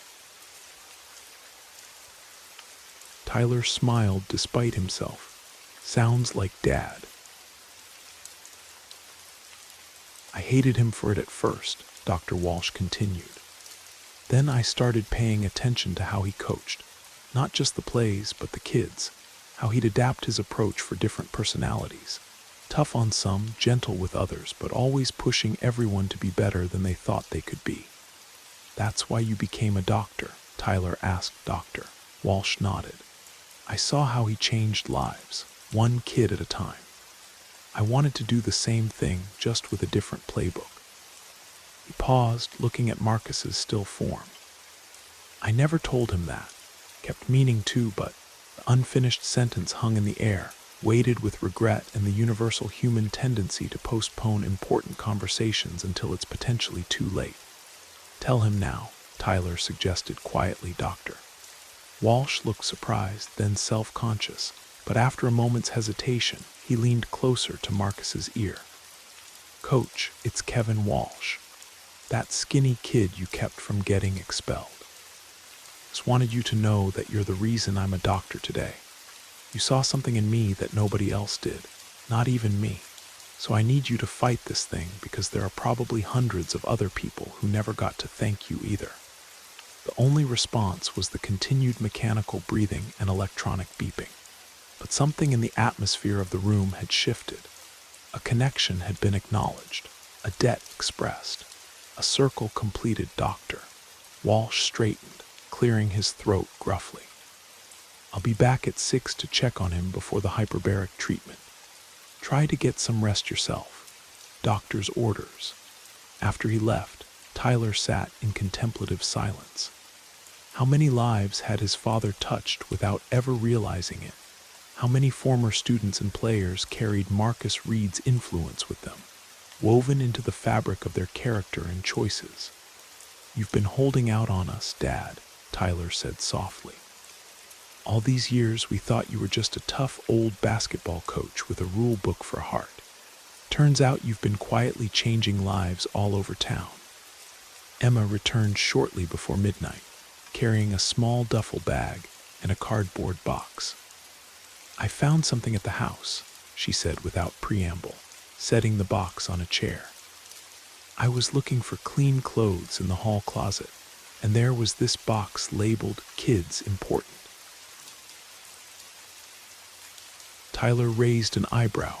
"What's in it?" Emma began removing items. Newspaper clippings of Tyler's academic awards, programs from Emma's dance recitals, college acceptance letters, birthday cards they had made as children, photographs spanning decades of family life. "He kept everything," Emma said, voice thick with emotion. "Every report card, every certificate, every picture we ever drew. And look at this." She handed Tyler a leather-bound journal. Inside, in their father's surprisingly neat handwriting, were dated entries. Brief notes about their accomplishments, concerns about their struggles, reflections on his own parenting. "Tyler got into PA school today," Tyler read aloud from an entry dated 7 years earlier. "Pretended to be disappointed it wasn't medical school. The truth is, I'm bursting with pride. Kid's smarter than I ever was. Going to help more people than I ever could with a basketball." He looked up, stunned. "He never said anything like this to me. Ever." Emma nodded, wiping away tears. "Here's one about me. Emma called today, got that promotion in Portland. Wanted to tell her how proud I am, but just asked about the weather instead. Margaret would have known what to say. Need to do better." They continued reading entries, discovering a father they had never fully known. One who celebrated their achievements privately, agonized over their disappointments, and constantly questioned his own parenting decisions. The gruff, emotionally distant man they had grown up with revealed himself in these pages as thoughtful, insecure, and deeply loving. Why couldn't he just tell us these things? Emma wondered, placing a hand on her father's arm. "You know why," Tyler replied. "Grandpa Reed. That whole generation of men who thought showing emotion was weakness." "Well, it's stupid," Emma said fiercely. "And if, when he wakes up, we're going to tell him so." They placed the journal on Marcus's bedside table. Talisman of truth now revealed. And settled in for the night watch morning brought Dr. Martinez, the infection specialist, who examined Marcus's wound with meticulous attention. "The tissue margins are looking better," she observed, carefully replacing the dressings. "Less progression of the necrotic areas. The hyperbaric treatment seemed to be having an effect." "So the infection is retreating?" Emma asked hopefully. "I'd say it's no longer advancing as aggressively," Dr. Martinez clarified. "We're not out of danger yet, but there are positive signs. The next hyperbaric session is scheduled for 9, and we'll reassess afterward." The hyperbaric chamber looked like something from another era. A glass-walled cylinder where Marcus lay motionless as pressurized oxygen saturated his tissues, creating an environment hostile to the anaerobic bacteria destroying his flesh. Dr. Kim supervised the treatment, monitoring vital signs and pressure levels with focused attention. The Clostridium bacteria can't survive in high oxygen environments, she explained to Tyler and Emma, who watched through the observation window. By increasing the atmospheric pressure, we force more oxygen into the tissues than would normally be possible. It's like creating an internal environment where these bacteria can't thrive. And it's working, Emma asked. The tissue samples show decreasing bacterial counts, Dr. Kim confirmed. But the damage already done is extensive. Your father's facing a long recovery, even if we successfully eliminate the infection. This sobering assessment lingered as they returned to the ICU after the treatment.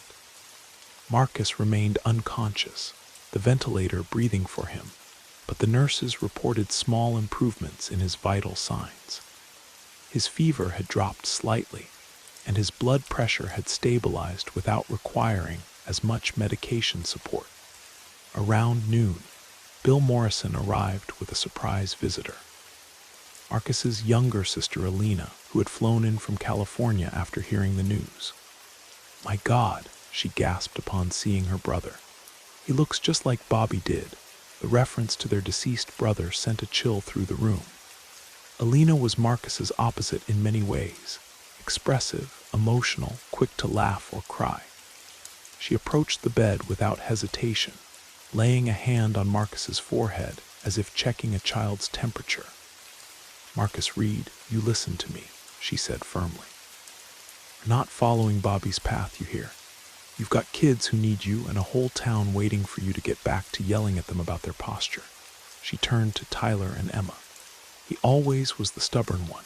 Even as a kid, if Mom told him not to touch the stove, his hand would be reaching for it before she finished the sentence." "How was he after Uncle Bobby died?" Emma asked quietly. "He never talks about it." Alina's expression softened with old grief. Devastated, blamed himself completely. Bobby had complained about the cut for days, but Marcus told him to tough it out. Same thing their daddy always said. By the time they got Bobby to the hospital, the infection was systemic. Marcus spent 35 years punishing himself for it. Is that why he became so overprotective of us? Tyler wondered. Always insisting on doctor visits for every scrape and sniffle when we were kids. Probably, Alina nodded. Trauma changes people. Marcus dealt with it by becoming the opposite of what he thought he'd been with Bobby. Vigilant to the point of obsession about everyone's health, except his own. This revelation cast Marcus's behavior in a new light. His insistence that Tyler pursue medicine rather than basketball, his constant health lectures, his meticulous first aid kit. All of it stemmed from a decades-old guilt that he had never shared with his children. As afternoon faded into evening, a hospital chaplain stopped by, offering prayers and support. Though Marcus had never been particularly religious, Tyler and Emma accepted the gesture, recognizing that in crisis, comfort comes in many forms. Your father is a fighter, the chaplain observed. Even unconscious, there's a sense of presence about him, a strength of spirit. Emma smiled sadly. He's probably arguing with God about the game plan. The unexpected joke broke the tension, allowing a moment of laughter in the sterile ICU room. It felt like a small victory, the ability to find humor even in darkness. A trait they had inherited from their father, whether they realized it or not.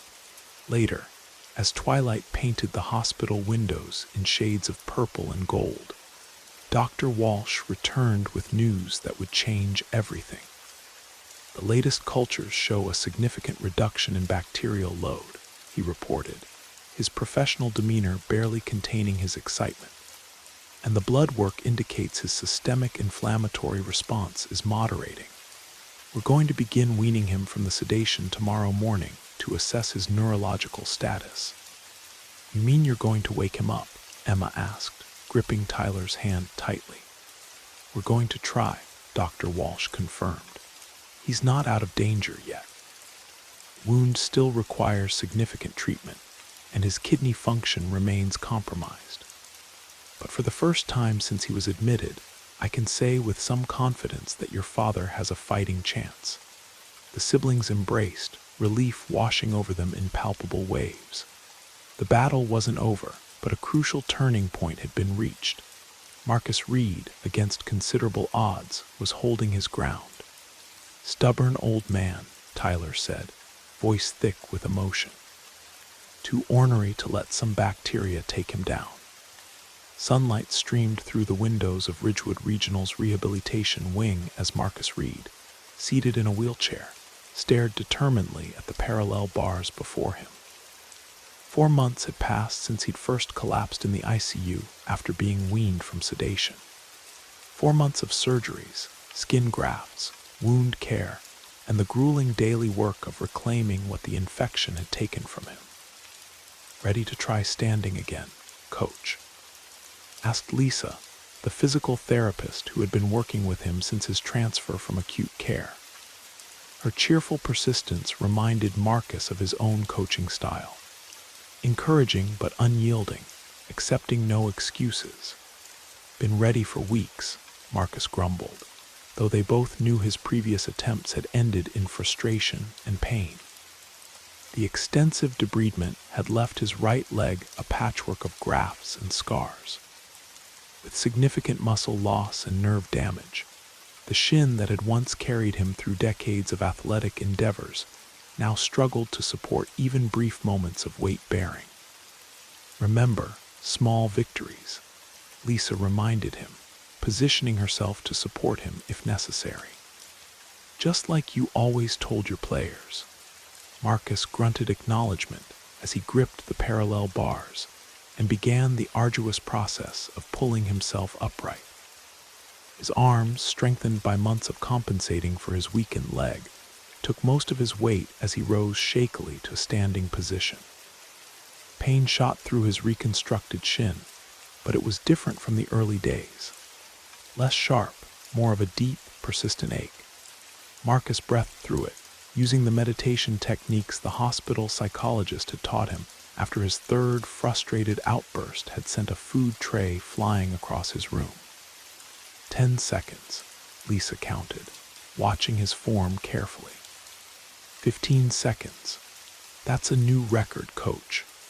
Marcus didn't answer, focusing entirely on remaining upright despite the trembling in his damaged leg.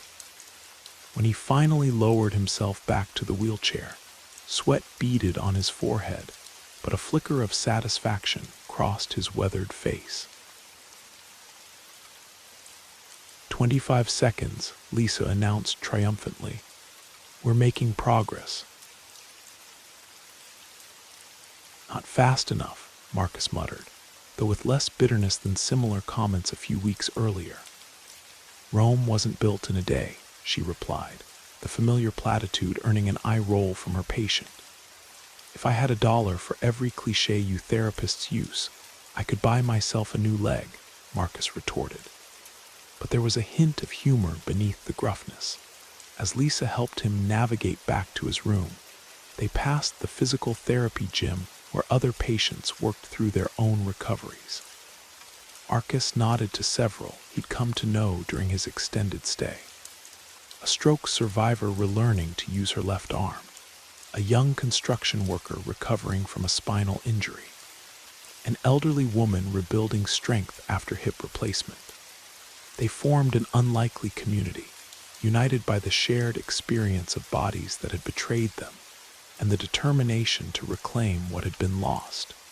In his room, Emma was waiting, laptop open on the small table. Since her decision to relocate back to Ridgewood, she had been working remotely for her Portland firm while overseeing Marcus's care and the necessary modifications to his house. "How'd it go today?"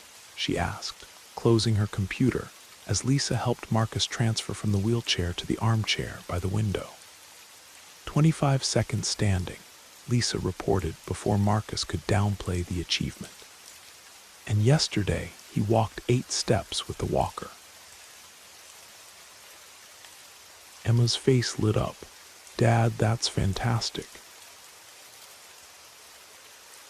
It's something, Marcus conceded, unwilling to either celebrate or dismiss the small victory.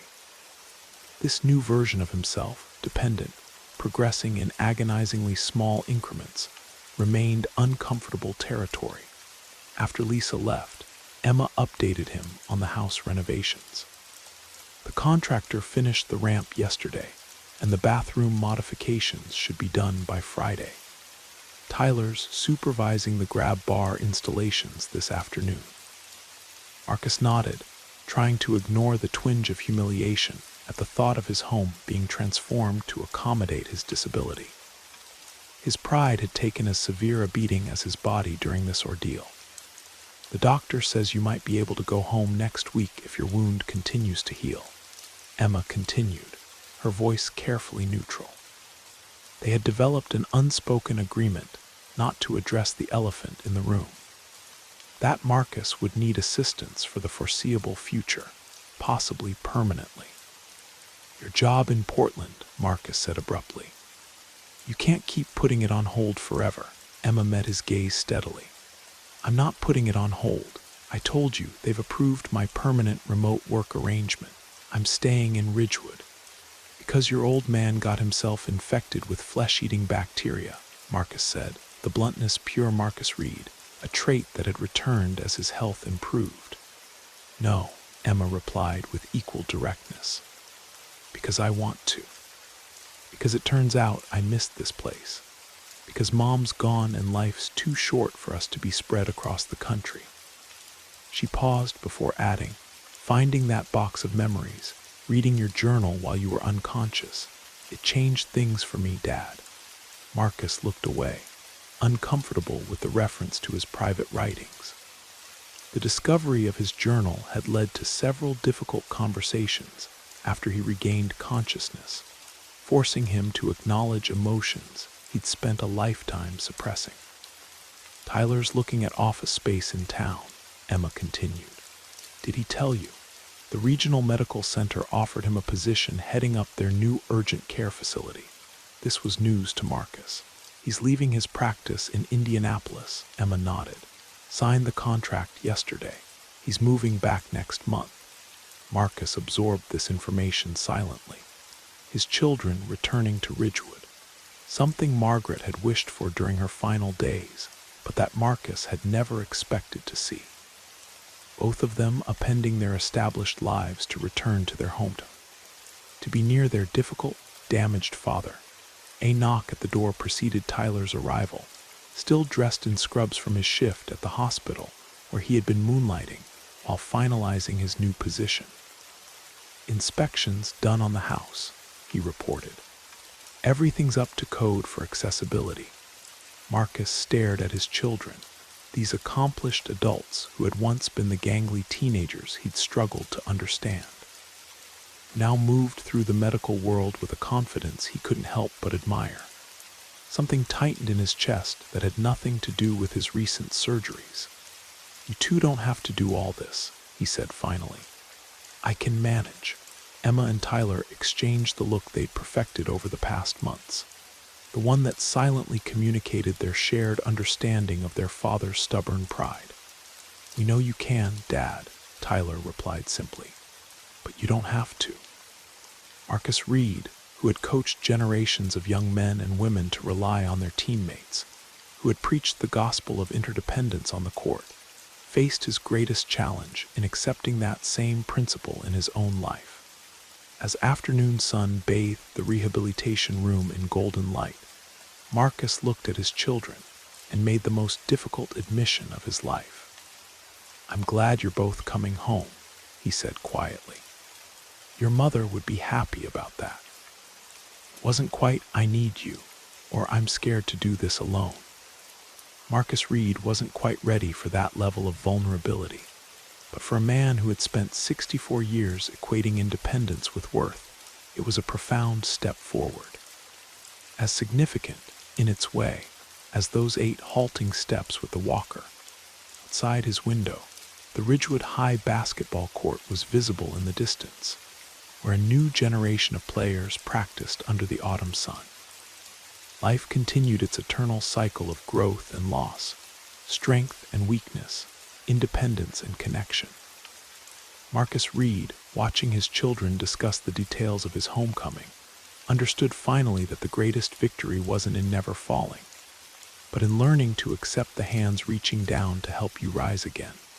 6 months later, Marcus sat on his front porch, the Montana sunset painting the sky in brilliant oranges and purples.